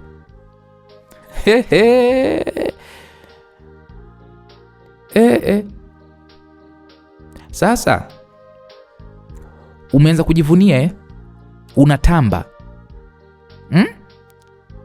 Eti wewe kijike, unajiona umejitolea sana kwa Piolo. Umembeba. Kwa hiyo Piolo ndo kama kukondesha, ndo umekuwa hivyo. Mwanamke mjinga wewe. Sina umalaya wako huo. Kupenda mwanaume. Unapenda tu wanaume ovyo, ndo mkome kuparamia vidume ovyo. Sasa nisikilize wewe kijeba. Mimi sina cha kukusaidia. Hii ni nyumba ya kupanga na wazazi wangu hawatakubali ukae hapa. Wewe ni mzigo tu. Ndugu zako tu kwanza nyoa kukataa, mimi ndo nitakuweza. Mimi nani nikuweza wewe? Unataka uje uniulie wazazi wangu na mimi kama ulivyofanya kwa wazazi wako? Nyinyi si ndio mlikuwa matajiri? Mna mipesa, mbwa haruki. Haya. Tafuta ndugu zako matajiri au marafiki wa baba yako na mapapa ya mji ya kutunze. Ulozea kuja hapa kwa magari unatamba. Kama vile uendi chooni. Si ndio wewe ulikuwa unakuja hapa unapaki gari yako pale. Sasa hivi eti unasema huna lolote, huna chochote. Mimi kwanza sina cha kukusaidia dia. Bwana wewe, hebu nenda bwana, fanya uende, usije ukanitia nuksi mtumia hapa. Unajua kwanza nilimtazama kwa mshangao, alafu sikuamini kama ni Leila yule ninayemfahamu ama hii fotokopi yake. Na cha kuumiza zaidi, alikuwa amevaa baadhi ya nguo zangu nilizomwambia kwamba anitunzie nilipokuwa nipo nje ya nchi. Kwanza nilijikaza. Nikamwambia, sawa Leila. Basi nakuomba nikuulize kitu kimoja. Diego yuko wapi? Hapo nilipomuuliza hivyo, Leila uso wake ulibadilika. Akaniambia kwa ukali, akasema, umeanza na mambo yako hayo Diego, unamtafuta Diego wa nini wewe? Hebu ondoka hapa bwana, wewe nenda zako kwa kabla sijaita watu mimi nikakujazia nzi hapa. Usirudie kukanyaga hapa tena, nitakuitia mwizi na kuambia. Hapo alikuwa anaongea kwa hasira. Akasema, ulishamchafua mama yake Piolo. Ukasema ni maskini ombaomba. Ulitamba kwamba wewe ndo unawaweka mjini. Ukasema kwamba hajiwezi, hana mbele wala nyuma, na kwa taarifa yako yote kaambiwa. Na alisema ukionekana tu na mama yake atakukata mapanga. Ushauri wangu jibebe tu ondoke zako, huna chako, sirudi tena hapa.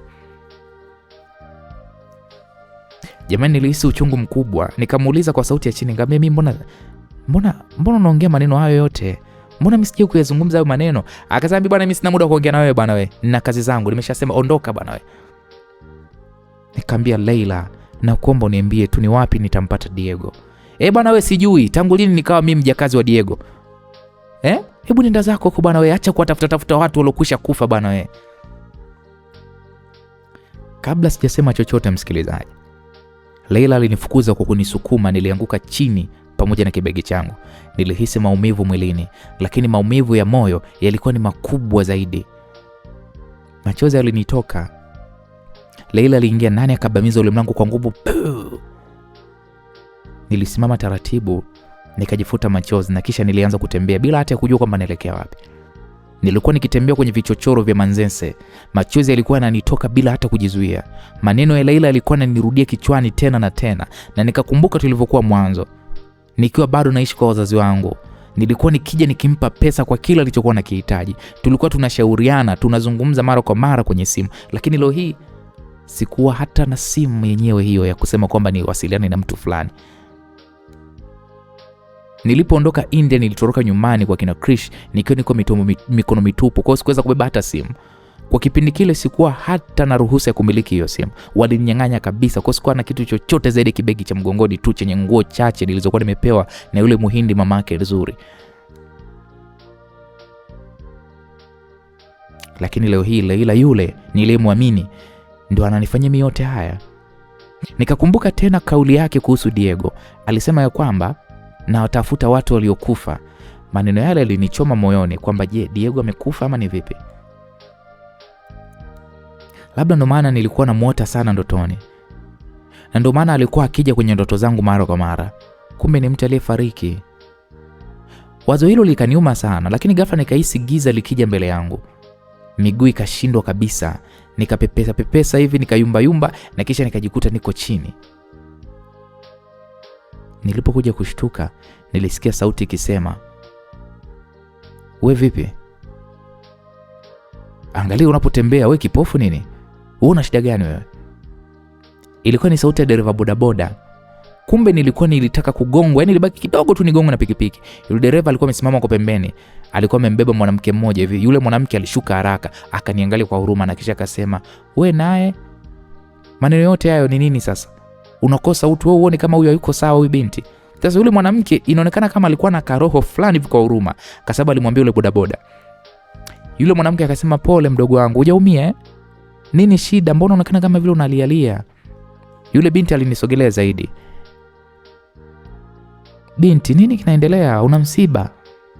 Mimi nikamtizama, lakini nilishindwa kuzungumza. Machozi yaliendelea kunitoka. Nilipotaka kusema chochote, sauti ilikwama.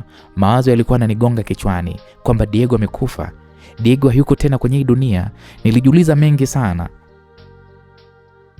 Nani duniani humu nimtafute anifariji sasa jamani? Nilishindwa kabisa kuzungumza. Sasa yule dada akanikumbatia kwa huzuni, na mimi nikamkumbatia. Akasema kwa sauti ya upole, "Sasa basi ndugu yangu, lia sana, maliza huzuni yako yote. Ukimaliza utanieleza." Kwa alinibana pale kwa muda, na wakati huo akafungua pochi yake, akatoa pesa, akampa yule dereva bodaboda. Akamwambia yule bodaboda aende. Yule dereva bodaboda akafanyaje? Akaondoka.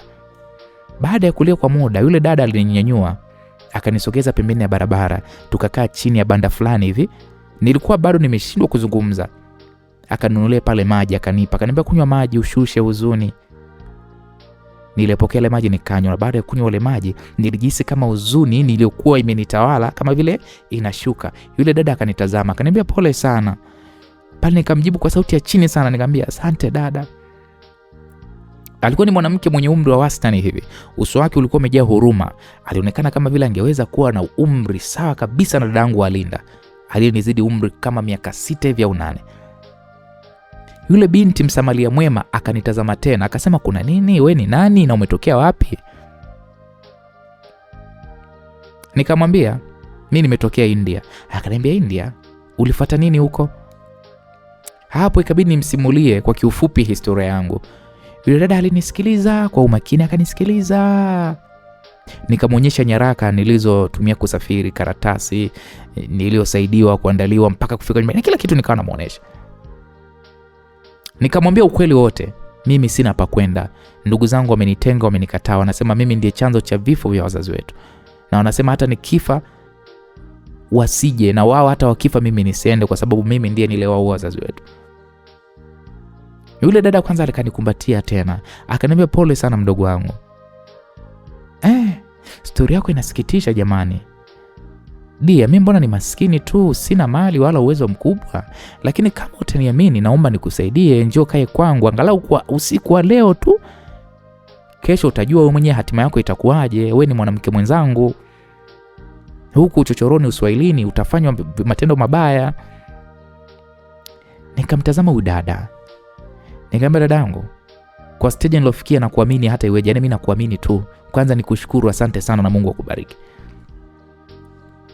Yule dada alinishika mkono, akanisimamisha, akasema, "Twende." Tukaanza kutembea pamoja. Tulitembea kwa umbali mfupi, na kisha mbele yetu tukaona pikipiki inakuja. Yule dada akasimamisha ile pikipiki, akamuelekeza yule dereva bodaboda kwamba tunaenda mahali fulani. Akamwambia tunaelekea Magomeni, tupo wawili, tupandishe. Yule dereva bodaboda kwa sababu sisi ni watoto wa kike akakubali kutupakiza wawili. na akataja gharama. Kwa tulipanda wote wawili, mimi nikakaa katikati karibu kabisa na dereva, yeye akakaa nyuma. Safari ikaanza, tukapita mitaa ya Uswahilini tukielekea huko Magomeni, mtaa ndani kabisa.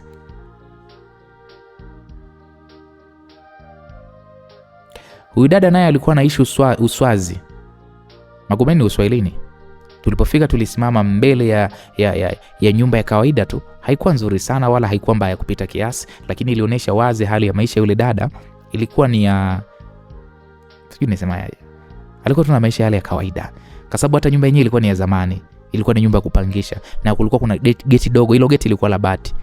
Alimlipa dereva bodaboda, tukashuka. Akaniambia, karibu mdogo wangu, hapa ndo kwangu. Nikamwambia asante dada. Hapo namjibu kwa upole kweli. Kwa tukaingia ndani. Kulikuwa kuna wapangaji wengine. Akafungua chumba kimoja akaingia.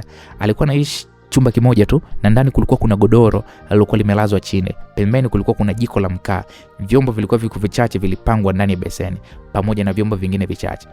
Begi lake la nguo lilikuwa liko juu ya stuli. Chumba hakikuwa kizuri sana japo ni kikubwa. Hakikuwa hata na ceiling board, lakini kilikuwa safi na kimepangwa kwa uangalifu. Nilihisi shukrani kubwa mno moyoni. Kuliko kulala nje mtaani, ni mara 100 nikalala hapa. Kwa nikajiambia leo angalau ninapo pa kulala. Vipi kuhusu kesho? Nikabaki tu na mtazama udada. Nikamwambia dadangu, asante sana. Yule dada akatabasamu, akasema vumilia tu mdogo wangu. Maisha yako hivyo, maisha jinsi yalivyo, kuna kupanda na kuna kushuka. Wewe ulianza kupanda, kwa umeshuka, lakini usijali, Mungu atakuinua tena. Mimi naitwa Rozi, kwa sasa nafanya kazi hapa mjini. Nimetoka mkoani kuja kutafuta maisha. Karibu, pumzika kwanza. Mimi naenda kutafuta chakula cha usiku. Kweli nikakubali. Na wakati huo giza lilikuwa linaingia. Kabla hajaondoka, aliniita nje ili anionyeshe mazingira. Akaniambia bafu, mlango ule pale, choo, mlango ule pale unaofuata. Na ukihitaji kuoga, chukua maji kwenye ndoo ile pale, mimina, nenda ukaoge. Mimi naenda kutafuta chakula. Nilimshukuru huyu dada. Na baada ya kuondoka tu nikabadilisha nguo, nikavaa kitenge, nikaenda kuoga. Nilipooga na kurudi, nilihisi unafuu kidogo mwili na moyo. Nikaona kama vile kuna mzigo nimeshusha. Kwanza nilipiga magoti, nikaanza kumwomba Mungu. Nilimshukuru kwanza kwa kunifikisha salama nchini kwangu, na nikamshukuru kwa kunipa mtu wa kunipokea. Hata kama mazingira hayakuwa mazuri, lakini nilimshukuru Mungu kwa ajili ya huyu dada Rozi. Na kisha nikamwambia Mungu,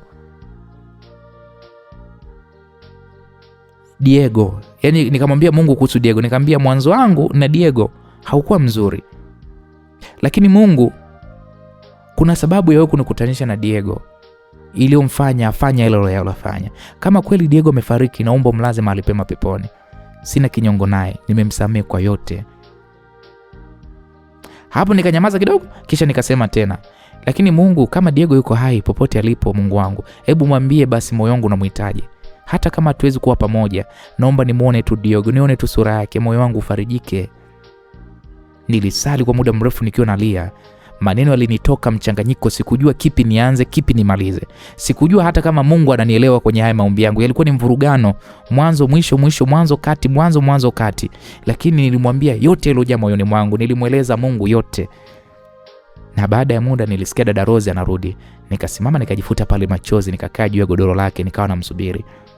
Dada Rozi akarudi akiwa amenunua mchele, samaki, nyanya na vitunguu. Akaweka jiko nje, akawasha moto na kisha akaanza maandalizi ya kupika kwa kuchambua mchele. Nikamwambia dada Rozi, naomba nikate hizi nyanya na vitunguu. Kaa tu mdogo wangu, pumzika. Lakini nikamwambia hapana dada, nitajisikia vizuri zaidi nikikusaidia. Wewe chambua mchele, mimi nitakatakata. Dada Rozi akatabasamu, akakubali. Akanisogezea bakuli na kisu, nikaanza pale kukata nyanya na vitunguu. Wakati huo dada Rozi akaniuliza kwa upole tu kwamba mdogo wangu, sasa umefika hapa Dar es Salaam, umefikia kwangu, unafikiria kufanya nini na maisha yako? Kwanza nilishusha pumzi. Nikamwambia kwa kweli dada, sijui hata nianzie wapi. Sina pa kwenda, sina pa kushika. Nilisaidiwa kidogo tu na Muhindi.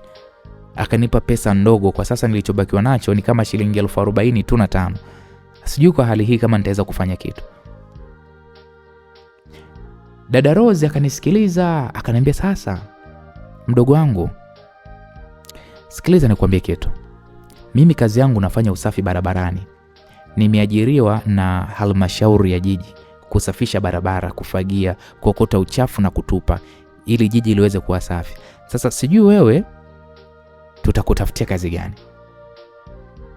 Nikamwambia dada, hata kama ni kazi hiyo hiyo unayofanya wewe, naomba na mimi unisaidie. Niko tayari kufanya kazi yoyote ili mradi tu iwe ya halali. Nimepitia magumu mengi sana, yani siogopi kazi. Dada Rose akanitazama tena akasema, maisha ya hiyo kazi ni magumu? Ndugu wangu, utaweza kweli kushinda juani, kuokota uchafu kwenye barabara, kufagia, utaweza? Nikamwambia dada Rose, kama wewe umeweza na mimi nitaweza. Dada Rose, mimi nimepitia magumu mengi kuliko hata hiyo kazi ya kufagia barabarani.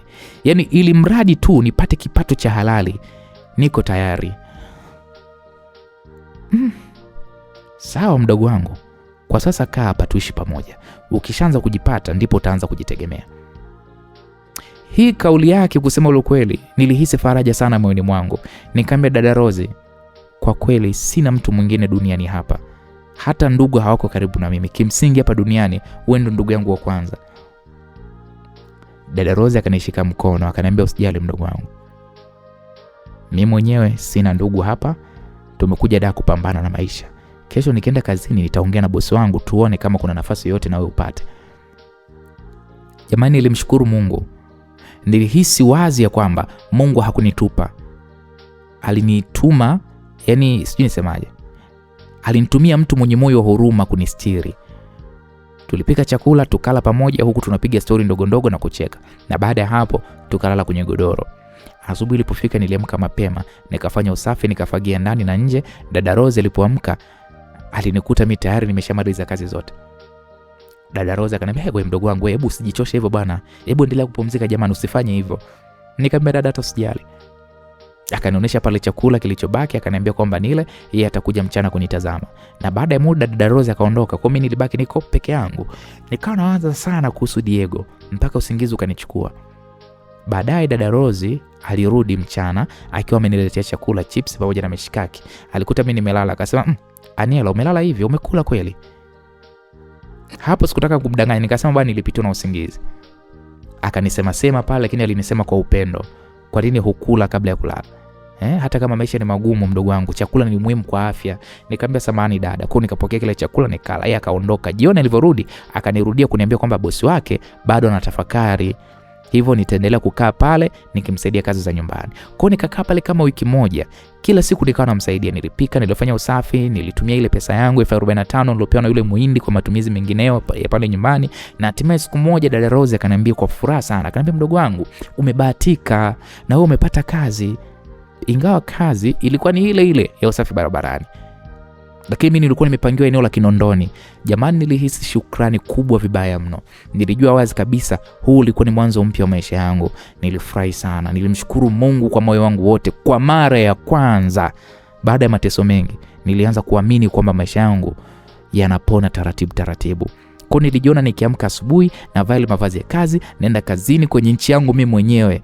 Hisia ile kusema ile kweli ilikuwa ni nzito lakini ya faraja.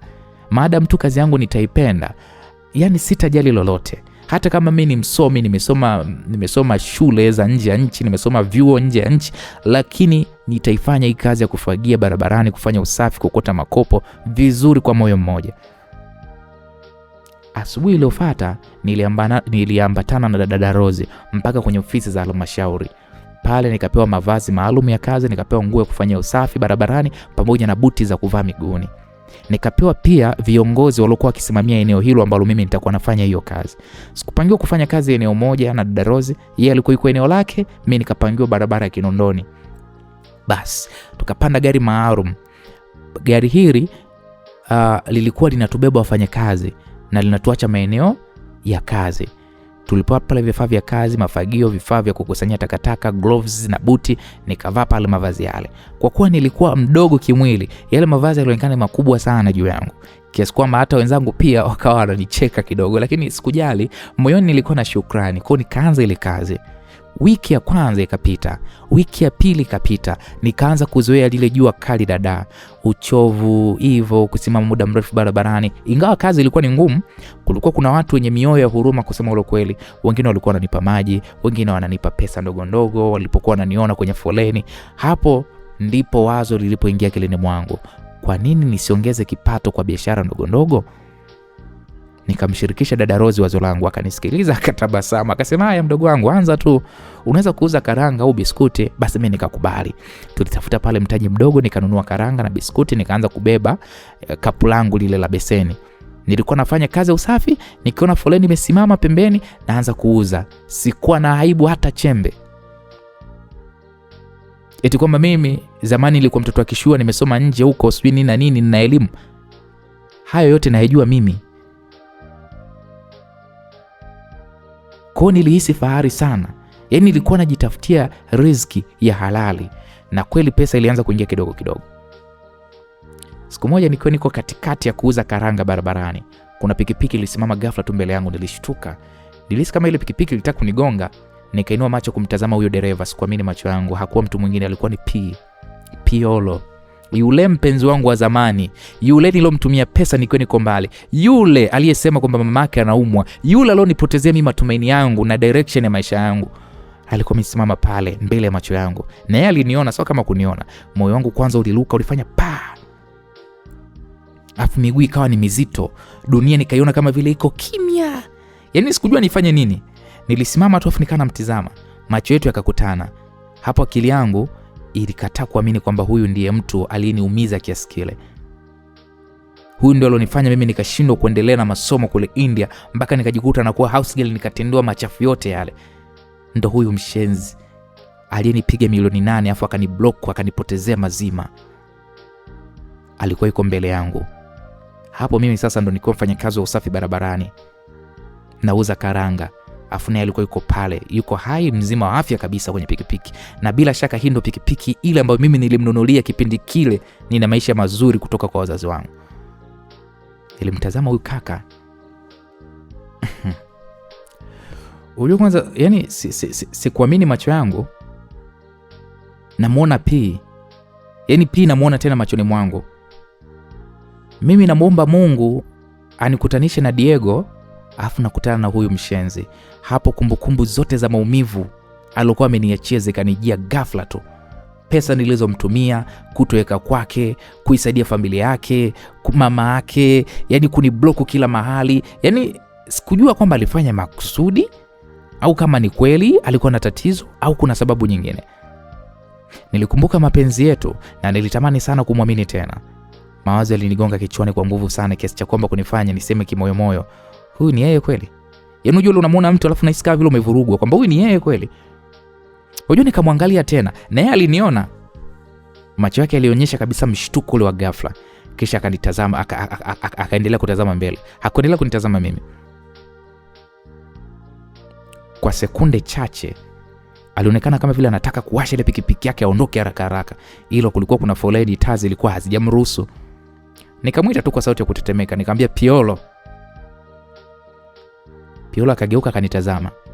Nikajikaza afu nikamwambia Piolo, ni wewe au macho yangu yananidanganya? Piolo akanitazama kwa dharau, akasema kwa sauti kali, shida yako nini? Unataka nini? Nikamwambia Piolo, mimi ni Aniela. Ina maana kwamba umenisahau? Hapo Piolo akanikata jicho kwa hasira, akasema, wewe acha maswali mengi bwana. Hapa sio kituo cha polisi Wewe ni huyo Aniela sijui nani, kwa hiyo shida yako nini? Unataka nini kwangu? Mjue nilihisi kama koli na nikauka. Nikasema kwa sauti ya chini, nikasema ni mimi. Hivi kweli umesahau yote tuloyapitia? Mbona unanijibu hivyo? Nimekukosea nini? Hapo Piolo akatabasamu kwa dharau, akasema asa umeamua kunifuatilia au umesahau maneno yako, si ndio? Rafiki zako mimi waliniambia hao huko India huko, maneno yako uliyosema yamenichafua sana. Yaani mama yangu akiwa hospitalini wewe unanisema kwamba mimi ombaomba. Umenichafua sana wewe. Umenifanya nionekane kama vile mimi ni mtu ninaelishwa na wanawake. Unanichukulia mimi Mario. Mimi sio Mario wewe, mimi najitegemea, mimi najiweza. Unajua Piolo akanitazama kuanzia kichwani mpaka miguuni, afu kisha akasema kwa kejeli, hebu jitazame ulivyo wewe.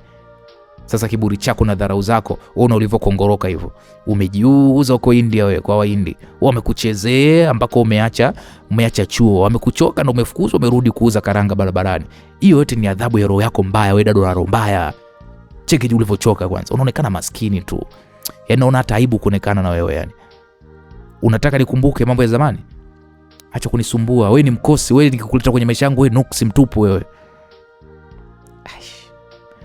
Maneno yake yalinichoma moyo wangu, lakini Piolo akaendelea kusema, baada ya kuingia mimi kwenye maisha yako, kila kitu mimi kiliniaribikia.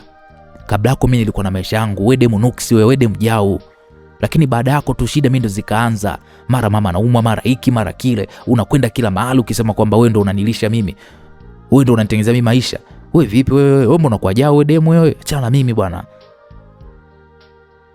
Hayo maneno ananitamkia yule mwanaume ambaye mara ya kwanza aliniambia kwamba hawezi kuishi bila mimi, ya kuwa ananipenda kufa kupona, ya kuwa anataka kunioa. Leo hii ndo kunitamkia mimi haya maneno. Cha ajabu zaidi pia akanisogelea karibu na mimi, macho yake yakiwa na hasira, akaniambia nakwambia, sikiliza wewe malaya. Ukikaribia nyumbani kwetu au ukimsogelea mama yangu au jirani yetu yoyote, nitakukatakata mapanga. Endelea kuuza vitu vyako hapa barabarani. Nyinyi mlijifanya matajiri enzi zenu, ukatudharau sisi maskini. Uza sana karanga, maana kudanga uwezi. Nani anunue mzoga huo? Wenye kudanga na wenyewe pia wana nyota yao. Wewe nyota yako ishachunda.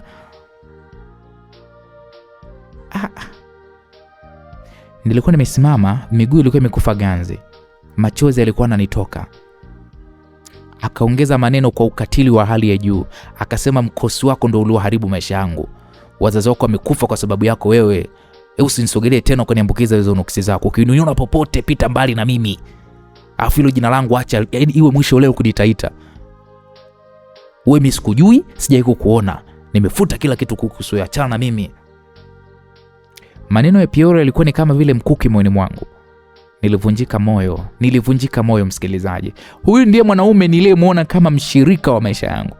Mwanaume niliyempa kila kitu. Leo hii ananiambia mimi ni mkosi kwenye maisha yake, ananiambia mimi ni nuksi. Leo hii ananidharau mbele za watu wakati mimi ndiye nilimsaidia. Mimi ndio nilofanya ukarabati kwenye mazingira ya nyumba anayoishi mamake. Mimi ndio nilotoa pesa ya ada milioni 8 nikampa na akaniblock. Mimi ndio nilonunua pikipiki hii leo ambayo anatamba nayo mjini kupiga biashara zake. Mimi nilimfungulia duka mama yake, nikamfungulia duka na Piolo. Leo hii ananiambia mimi ni nuksi kwenye maisha yake, mimi nimekuwa mkosi.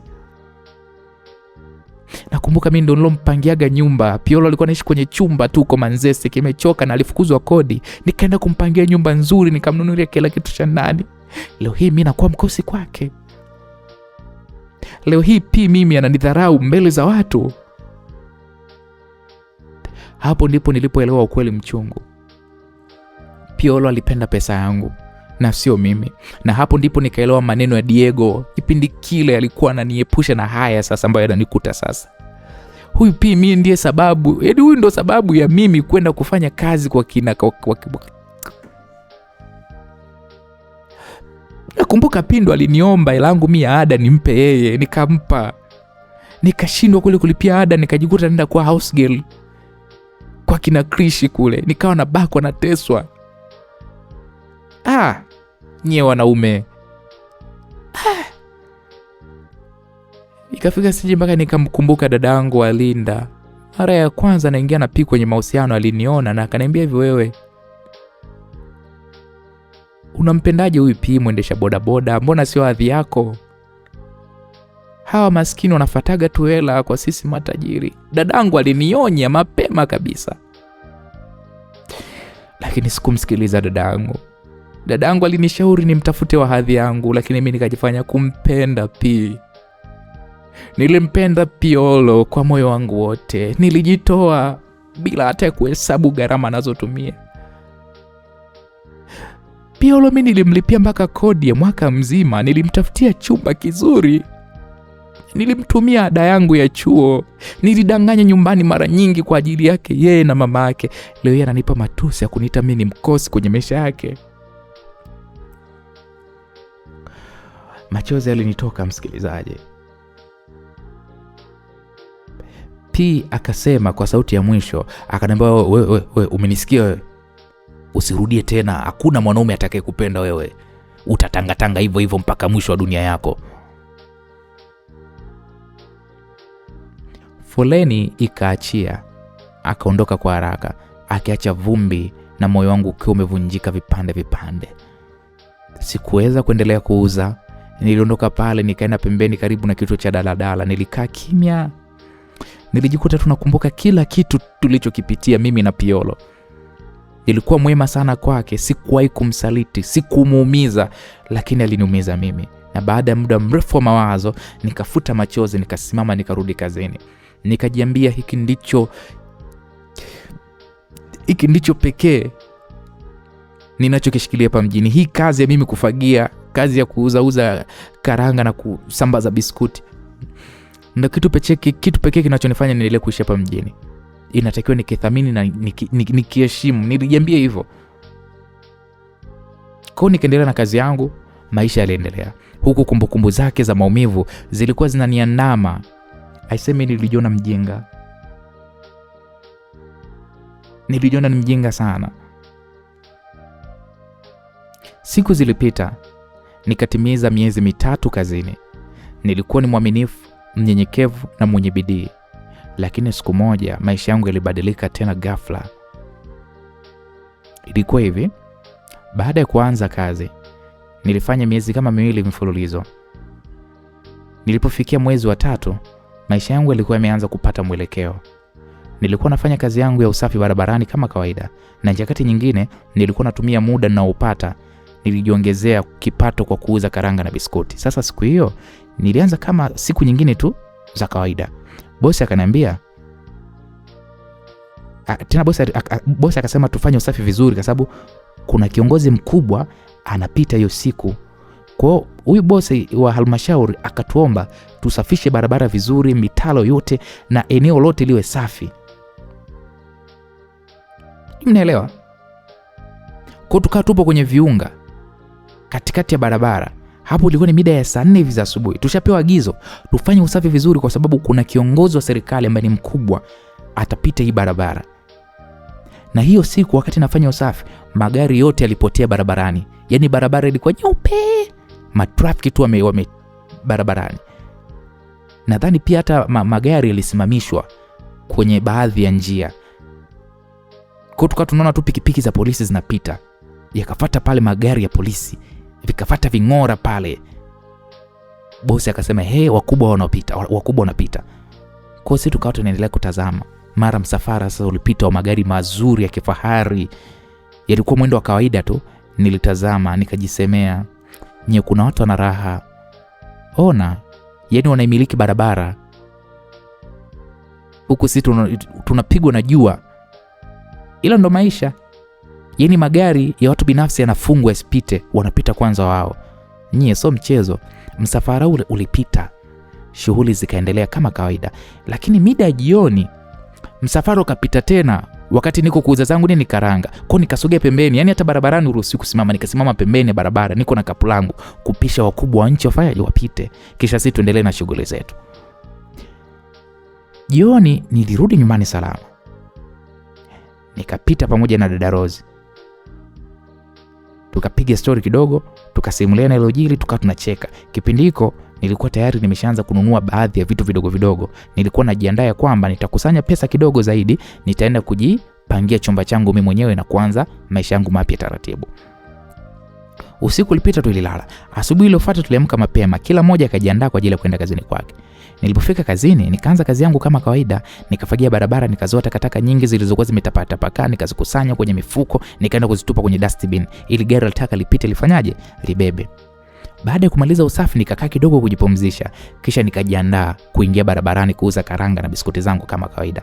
Lakini kabla sijaendelea, kiongozi wetu wa eneo ambaye ni mwanaume aliniona, akaniita kwa sauti kali, wewe Aniela, hebu njoo Aniela. Mimi nikasimama ghafla, nikaitika. Akaniambia nisogee pembeni. Nilipomsogelea, akaanza kuniuliza maswali kwa sauti ya kunitisha. Wewe ni nani hasa? Nini kilikuleta hapa? Umekuja kufanya nini hasa? Sasa mimi bosi sikumuelewa, lakini nikamjibu kwa unyenyekevu ya kwamba mimi nimekuja kufanya kazi bosi. Lakini bosi hakuridhika.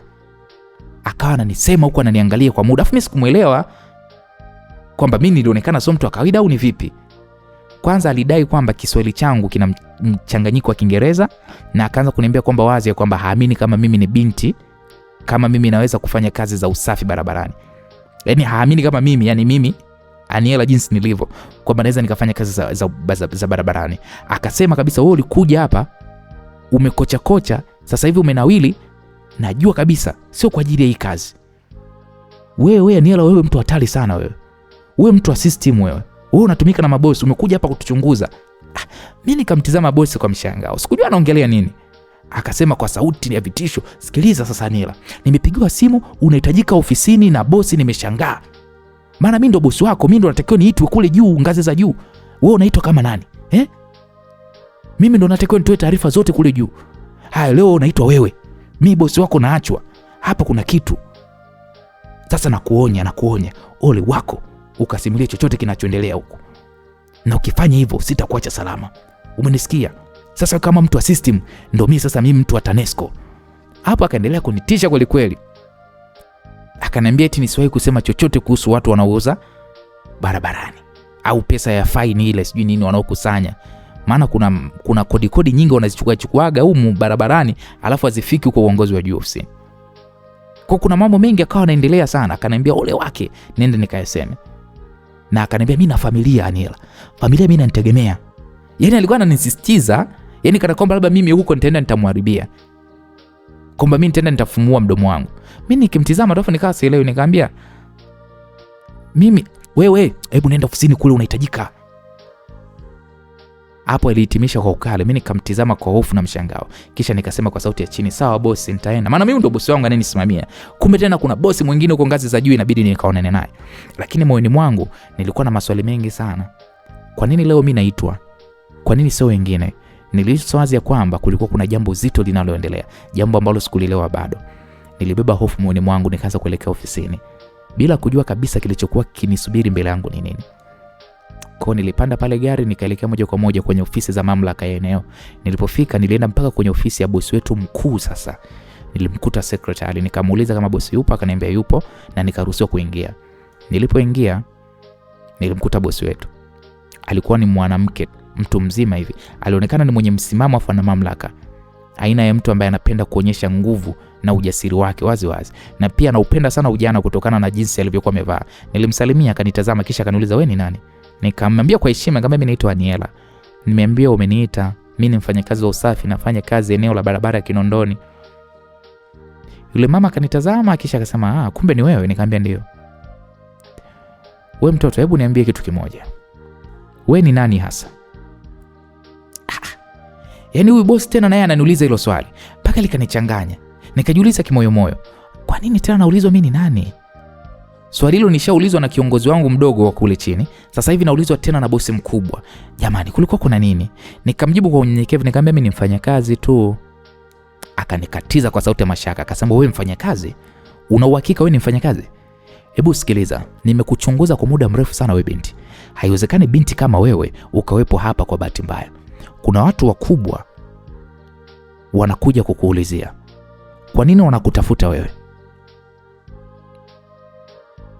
Mimi nina maadui wengi kwa sababu ya nafasi nilionayo. Najua kuna vita kubwa dhidi yangu. Sasa ninaona wazi ya kwamba wewe ndio umetumwa hapa kama mpelelezi. Umetumwa kama jasusi uje kuchunguza taasisi ninayoiongoza ili baadaye niondolewe kwenye hii ngazi yangu, si ndio? Hey. Mimi mama nilimshangaa, sikumuelewa kabisa alikuwa anamaanisha nini. Lakini akaendelea kuniambia, akaniambia sikiliza nikwambie kitu kimoja binti. Nimewashtukia. Yule aliyokutuma mwambie hawezi kuniondoa kwenye hiki kiti. Hiki kiti mimi nimeotesha mizizi. Huwezi kuniondoa wewe binti. Kama umetumwa, jua kabisa utashindwa. Na kwa hiyo sasa kabla mambo hayajafika mbali, naanza na wewe. Kuanzia sasa huna kazi. Umefutwa kazi. Mungu wangu. Nilipigwa na butoa, afu sikuelewa hata kidogo. Sikuwahi kutumwa na mtu yoyote. Nilikuwa nimekuja kutafuta kazi kwa shida na mateso niliyoyapitia, na sasa nafukuzwa kazi bila kosa ambalo mimi nimelielewa. Nilijikaza nikasema kwa sauti ya kutetemeka, nikamwambia hapana bosi, unanionea. Mimi nimekuja hapa kuomba tu kazi, sina mtu nyuma yangu, naishi kwa shida, nimekuwa nafanya kazi kwa bidii. Hata ukinichunguza maisha yangu ni ya kawaida boss. Naomba usinifute kazi tafadhali. Akaniambia nikuchunguze? Unaishi wapi? Itanisaidia nini mimi hiyo? Nimeshakwambia huna kazi. Hii hapa barua yako. Shika. Akanitupia ile karatasi. Akaniambia kuanzia mwisho wa mwezi uliopita umefanya kazi siku 10 tu. Pesa zako hizi hapa. Shika, ondoka, potea. Akanirushia shilingi 20,000. Akaendelea kuzungumza kwa hasira. Na umwambie huyu aliyokutuma mimi hawezi kuniondoka kwenye kikiti. Sitaki kukuona tena hapa. Usikaribie ile eneo lolote. Yaani sitaki kukuona ile eneo. Eneo la kazi wala eneo la ofisini sitaki kukuona. What? Maneno yake yalikuwa ni makali na alikuwa anaumiza. Nikaendelea kumsiku muomba asinifukuze. Akasema naona tunashindwana sasa Ngoja. Akaita kwa sauti, mlinzi, mlinzi. Mlinzi alikuja pale haraka. Akamwambia mtoe huyu takataka hapa. Sitaki kumuona tena. Nikimuona tena hapo utaondoka nawe kabisa. Huyu mlinzi alianza kunikokota pale nje ofisi. Nilikuwa bado sielewi nini kilichotokea. Dakika chache zilizopita nilikuwa kazini nafanya usafi wangu kwa bidii, na sasa ghafla sina kazi bila kosa, bila maelezo ya kueleweka. Nilitoka nje nikiwa nimechanganyikiwa, nilikuwa na maumivu makali mno moyoni mwangu. Nilijiuliza mimi ni kosa gani nimefanya mpaka na staili yote haya? Wakubwa gani ambao mimi wananiulizia? Wakubwa gani ambao mimi wananitafuta mpaka wamenisababisha mimi matatizo? Bwana, matatizo yanarudi tena kwake huyu bidada wa kuitwa Aniela. Nini hasa kitakachoweza kuendelea? Ni akina nani hao wanamuulizia huyu binti mpaka inaonekana sasa ni kama vile ni mtu wa system ametumwa, mpaka hawa mabosi wake wa China wanamfuta kazi. Bwana, yote kwa yote tutakuja kujua katika sehemu ya 4, mzigo mtamu unaoitwa Aniela kutoka kwake bidada Lisa Mwala. Mimi naitwa Anko Jay Simulizi. Niseme asante kwa kunisikiliza. Bye bye.